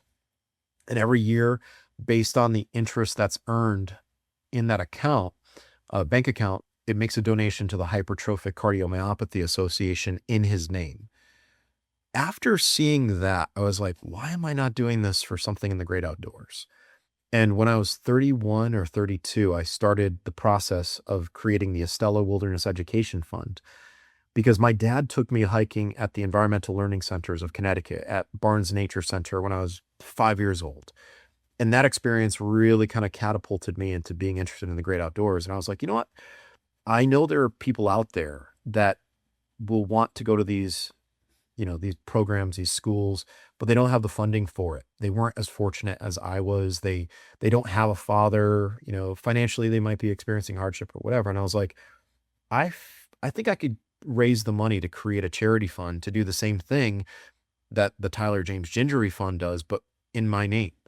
So in 2011, 2012, I started the Estela Wilderness Education Fund. I raised enough money, and I can say that, it went permanent, meaning it will never go away. It will always have, it's written into the structure of it that once the money is earned, only donations can be made off principal. It can't be made from withdrawing from the account. So I said, you know what? This is going to make an impact. And I just checked this year, I've sent 20 kids to summer camp programs at the Environmental Learning Center based on that. Like a little bit of effort on my part, a few events. I think one of the land nav classes you came to, I donated to that event in Marty's name. This was shortly after he passed in 2020. And because of that fund, I've been able to send kids to summer camp programs at a beautiful summer camp in Bristol, Connecticut. And I would love, like, if someone said, what would be your dream job? I would love to be a consultant who helps others build these programs. I don't need to be the wealthiest man in the world. I wouldn't have gotten into teaching if I wanted to be the wealthiest man in the world, but I do want to make an impact in younger kids' lives. That's something that's near and dear to my heart. I've always been a teacher. I always will be. And if I could help other people create programs that built legacy and generations of students for the great outdoors, that would be the dream goal. I don't need to continue being in front of a class if I know that other instructors will step up when I step aside from the class and take my spot and teach good skills to kids that just want to get out and appreciate the great outdoors. Yeah. Kevin, what is it about you personally that makes you so into, helping younger people? Why does it matter so much to you? Christianity. I mean, I say that kind of like, my faith, but it really is. My dad, he attended Jesuit universities in the Philippines. And it was important for me when I went to college, I went to a Jesuit school, right? Society of Jesus, living the Jesuit way, right? For God and for country.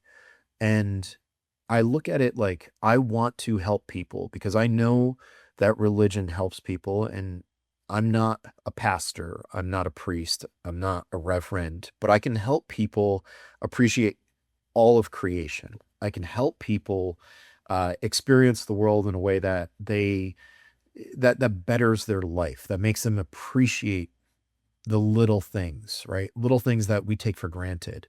And I just think about the role of like faith in my life, like I've been at places where I've had to stop and just be like, glory be to God. Like, this is amazing, and Yeah. if I can share that, like that little bit of excitement that I get, like I was just in the Crooked River in Oregon and I'm fishing in this like gorgeous cathedral of rocks, catching, all sorts of rainbow trout. And like, I've got water rushing around me. And I'm like, man, if more people could experience this, I don't care if you're Democrat, Republican, Green Party, Communist, like if you come together all appreciating nature, like barring a few side conversations, I feel like more people would appreciate that and get along. And we wouldn't have to train as much for, using lethal force if we could get people to Yeah. appreciate things that make them realize that there's more to this world than just them, So I feel like that's really why I do it. Jesus was a teacher, and then I get people that say, well, how can you be a teacher and, say that you think like things that Jesus liked? Jesus wasn't violent. I'm like, he flipped an entire market on its head. Like that man was a capable individual. He just chose not to be destructive most of his life. So yeah, I feel like that's really the reason why I do what I do. It's part of who I am. It's part of how I was raised, and I'm just going to continue sticking to my faith. I love it. Absolutely love it. Yeah, it's funny. Bill brought that up in our conversation. That exact example when we talk about capability and meekness specifically. Um, Kev, I think the idea of starting over, right?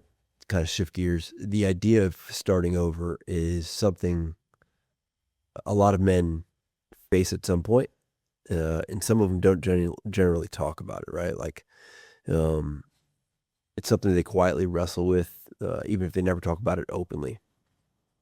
It's something I've had to deal with several times across different areas of my life at different stages in my life. And I think rebuilding our lives, recalibrating ourselves, I think walking away from what seems like stability at the time and then starting fresh, those are difficult things for some dudes to navigate through, especially if they see them as losses as opposed to, you know, perceiving them as a lesson learned. Over the years, you've worked through some transitions, and looking back on it, what did those seasons in life specifically teach you about resilience and rebuilding and perspective? I've had two hard resets, two very hard resets. The first one was 2020 during COVID. I was just getting disenfranchised with teaching. I was really frustrated with what I was told was an effective lesson when I knew that it wasn't. I knew in my heart that I was not being effective, and I had ways of being effective, but we weren't allowed to do that, you know? So when I left that job for my other job, I had all the optimism. Like, you know what? I'm going to take a pay cut, but I'm going to be doing what I'm truly passionate about. I don't have to follow a lot of these COVID protocols. You know, I was promised a lot of things. And for a while, that was an easy decision, right? Like, even though I Yeah. had to move across country, even though I took a pay cut, I was doing what I felt like I was meant to do.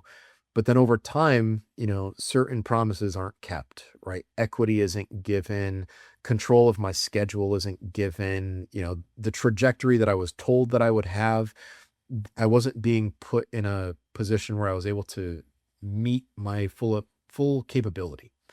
So I remember the first transition I had, the first reset was actually kind of easy, you know, because I was like, you know what, I'm going to leave teaching. I'm going to go to this other job. And I felt like that was okay. But then there was a point where like things started crumbling. You know, when I got out to Utah, and I started working for that company, I no longer had the very predictable schedule that I had as a teacher. I, you know, wasn't leaving the house at a certain time, getting back to the house at a certain time. A relationship that I was in at the time that fell apart because I was working 80 to 100 hours a week. And like, you know, when, you know, my ex, you know, she and I would travel somewhere, it was like usually to go on like somewhere to recreate in the great outdoors. Well, when 80 to 100 hours of my time is spent surrounding by the great outdoors, the last thing I want to do is leave the house again. I just want to stay home. So like Yeah. I'll take responsibility for that relationship falling apart because I wasn't able to balance what I needed to balance, you know? And there was a phase where I felt like after that first reset, within like a year or two of that reset, I felt like my world was crumbling, right? Like relationships were falling apart, authority was gone. Like I thought I had all the capability to do what I wanted to do and help the company grow. But then I felt like people were just putting things in my way to prevent that. Like I really felt like I was spiraling. Um, the second hard reset came when I left that company and I said, I'm doing this all on my own. And I took even a larger pay cut because I didn't have a lot of things going for me at the time, but I knew it was the right move because I had to listen to people around me who were saying, we like you. We can't work with you though if you're still affiliated with that other job. And that really made me get introspective. I really had to start looking at myself and like what I stood for. And I understood why they were saying that. So the first reset was easy until it became more difficult. And then the second reset, you know, that was a longer time coming. That was a slow burn. And I really mean it was a burn because, you know, through that second reset where I branched off and I did my own thing, I had to move back across the country, this time paying for it on my own. And then once I got to this new location and I started standing up the office in the new location, things started getting taken away from me, even though on paper we were doing fantastic and we were developing a community and people were excited. But then when I branched off again, it was really the most terrifying reset. And I'm still working my way through it right now. Like when you're in a company, whether it's toxic or not, that company has people that do things better than you can, better people for marketing, people for fulfillment and whatnot. And now doing things all on my own, I've got to reach out to companies first thing in the morning. I've got to be a writer. So I've got to dedicate a certain amount of my time to writing. When products sell in my online store, I have to do fulfillment. And when I do a big drop of something, that takes up a lot of time and energy and resources. And then on top of that, I can't just make money sitting at home. I've got to be away. Well, when I'm away, that means I have to have someone watch over my house. And like, it's gotten very difficult, but at the same time, I feel like it's a good pressure. And even though, like you said, you can look at it and say like, hey, it's a loss. I'm not making as much as I once did. I have control over my schedule now, which is absolutely amazing. Mm. When I was a teacher, I had to schedule things around when I wasn't teaching, when we had school breaks. And when I was at the other company, I'd have to request time off. I didn't realize how valuable owning my schedule would be, and the habits that I built over the years have really come into their own. When I wrote my first book and when I wrote my second book, I would be up at 5 in the morning and I would write for an hour, sometimes 2 hours before I would leave for work. Well, I do a lot of my work now first thing in the morning. And, if I decide I'm going to work out after that, or if I'm going to have a late breakfast, I can own my schedule. I don't have to wait for a bell like Pavlov's dog before I have to feed. So Yeah. I feel like owning your schedule is one of those intangibles that people don't think about, and even though I work with a lot of companies, I can set my own boundaries, and I'm a contractor. So I've got to be more careful. Like I've got to, definitely take care of my health. I've got to definitely take care of how I save money if I can, and where I invest it. But there are things that being on my own has definitely given me more appreciation of. And like I said, one of them is time. That's the Mm. greatest resource we have. And even though I left teaching and I left that other job, I have all the time in the world to use it how I want. And I'm of the mindset where I can't sit still. I'm always grinding.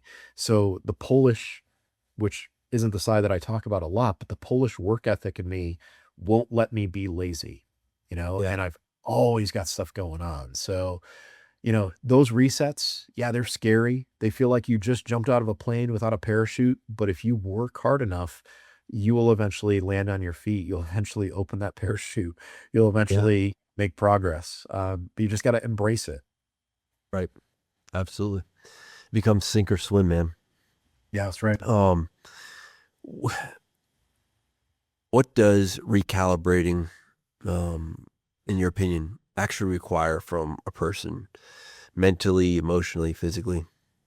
Willingness. That's the easy answer, right? It's part of Yeah. readiness. If you want to recalibrate, you have to truly be willing to recalibrate. I mean, shortly after my mother passed in 2022 and after moving across country, I saw my doctor, right? Dr. Arthur Apollinaria. If you guys are listening and you're in North Carolina, best doctor in North Carolina. And he checked my vitals and everything. And he determined, he's like, yeah, you've got high blood pressure. It's like, it's really bad. And it runs in my family. There's no doubt about it. Like my mother had it, my father had it. I could be the fittest guy in the world and I still have high blood pressure. But Dr. Arthur said, you need to course correct. He's like, you got to take care of yourself. He's like, selfishly, he's like, I don't want you to stroke out. He's like, I enjoy your companies. And Dr. Art is one of my friends. Um, but recalibration requires willingness. I mean, I mean, it's easy for someone to go like, oh, you know what? I'm going to die one day. I don't care. I'm going to, what is the expression? Live fast, die young, leave a good looking corpse. Like that's Mhm. foolish. You can Yeah. impact the world so much more if you stay around longer. You can appreciate more of God's creation if you stay along longer. Like it's pretty selfish to want to do it the other way. So, you know, that's when I was like, I got to change my diet. I've got to change my habits. Like even something as simple as removing reminders of work from my bedroom, that required willingness because I liked keeping certain things in the corner of my room, like a rucksack and a rifle, right? Like basic Minuteman type stuff. but that's a reminder of work. My doctor was like, your room is a bedroom. It should be a bed in a room. Get rid of anything that reminds you of work in there. That takes willingness, especially for someone who has Polish stubbornness as well. So Mm. I think if someone wants to recalibrate, they have to be willing to struggle. They've got to be willing to change their habits. They've got to be willing to potentially fail. But remember, it's not failing, it's learning. And they've got to be willing to learn new things. Like I've had to learn how to run a Shopify store. I've had to learn how to uh, manage multiple articles and writing, because writing is a revenue stream for me. I've had to manage, working with certain companies and being, very, very responsive to emails with some, and then also avoiding the temptations of doing things the old way, like being willing to stay the course instead of going back to the comfort of what caused all the hardship in the first place. Yeah, spot on, man. Dude, do you think a lot of guys stay trapped just because they're afraid to reinvent themselves, recalibrate themselves, start over? I think fear is definitely one of those motivators to stay the course. And we fear the unknown. Like it feels good coming back to something that's so comfortable. When I when I go back to Connecticut and I visit family, I almost always, no matter what time of year, I almost always drive up to the Farmington River and I go to my favorite place and I just sit on my favorite rock. If I bring a fishing pole, I go fishing. Like it's comfortable. I love the smell of the water, the tannins in the water. Like that's comfort. We like comfort. We don't like discomfort. We don't like not knowing, like I want to know as much as I can ahead of time. But in life, if you really, really boil it down, if you want to say like, we should fear the unknown, then guess what? We should be afraid for tomorrow because every day is a blessing. Every day is on borrowed time. I could die tonight in my sleep. But I Mhm. can't go living today like there's no tomorrow. I've got to live today for all it's worth. Um, and then, just realize that there is no guarantee, so I feel like people are afraid to take chances because they love comfort. I get it, Yeah. and I'm not saying that all comfort is bad. When you get into a relationship and you love coming home to that girl or that guy or whoever, your cat, I've got a cat. Um, There. you like that's a good comfort, but you have to recognize when that comfort is holding you back. You have to realize when like, maybe the comfort of that job is preventing you from meeting your full potential. Mhm. And there's no saying that you can't revisit that job someday, but don't miss out on an opportunity now. Like I'm still certified to teach sixth grade through 12th grade. I still have it. If I wanted to go teach right now as a veteran teacher of 14 years, senior instructor, professional certificate holding teacher, half minority, right? Like I'm pretty certain I could find a job, but that brings me back to the frustration of COVID as opposed to pushing forward, growing slowly on God's time and plan for me to meet the potential that I should, you know, have one day. So Yeah. there are going to be people along the way that are going to tell you that you're doing it wrong. Then there are going to be people along the way that are going to say, I support you no matter what. And I know it's not going to be perfect. It's a sacrifice, but it's where you need to be. And you need to really hold on to those people and don't even give a second thought to the people that aren't willing to see you through, the hardship. Sure. So, Kev, if someone listening to this realizes that they've become disconnected, stagnant, or just overly dependent, what's one of like the first honest steps towards rebuilding capability and ownership in their life? Take a self-assessment. Um, you know, Surround yourself with people who you look up to. Surround yourself with the people who are truly capable. The ones that are not just selling the quick fix, but they're living the life, right? They're not just the people that talk about it. You can tell that they're doing it because they're out there every single day. Surround yourself with those people because you can always gauge yourself off of them, right? I feel like Mm. once you understand that, right? And I'm going to fall back on the SIAC readiness formula. Once you understand how aware you are of who you are now and who other people are, then you can make your plan. And that plan might be a physical training plan. It might become a financial plan. It might become an acquisition of gear plan. That's your preparedness, right? And then the willingness is to follow that through. Don't get detracted by, people saying that you can't do something. If you have a good plan, with measurements and check-ins along the way, then you should be able to accomplish any goal that you want. And if you have a support system with you, then that makes it even easier because you don't have to do all the heavy lifting alone. So I feel like the first step is start cutting away the people that are not helping you, and you've got to be black and white, very binary with this, where you can say, look, either people help me in my plan or they don't. And you can't say, well, they kind of do. There is no middle ground. It's either they do or they don't. Like you said, they either sink or they swim with you. Yeah. You don't want people that just tread water. You want people that move forward. You want people that are going to help you along the way. And if they're not helping you, you have to say that they're hurting you. So that comes down to that willingness too. So I think first step, surround yourself with good people who you look up to for the right reasons, and people who are willing to teach you, coach you, mentor you along the way. Kev, man, yeah, spot on, man. I appreciate you doing this. I think what makes this discussion, so valuable is that underneath all of the preparedness, the wilderness instruction, the capability discussions, ultimately it's about responsibility. And I think everybody can hear that, responsibility in leadership, responsibility in influence, responsibility in teaching. That's what stands out to me most about, this convo. And, I appreciate you making the time to do it, dude.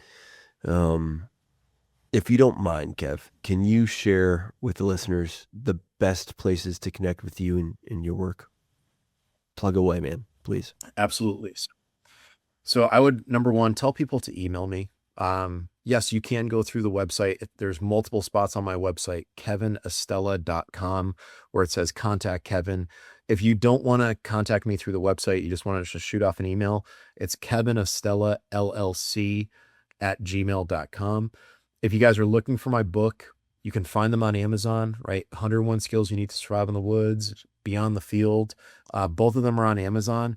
And if you want to make an impact, I'd encourage you guys to buy 2 copies, one for you, and donate the other to your public library, because I feel like there should never be a financial barrier for learning. So donate it to your local library for distribution purposes. So it goes into the card catalog. If you guys want to follow me on Instagram, it's @EstelaWildEd on Instagram. I'm on Twitter as well. Basically, if you type in my name, you'll find a way to get in touch with me. And I do reply to every single email. If you end up messaging me on Instagram, I will most likely, if I'm driving, leave you a voicemail message because it's easier for me to do that.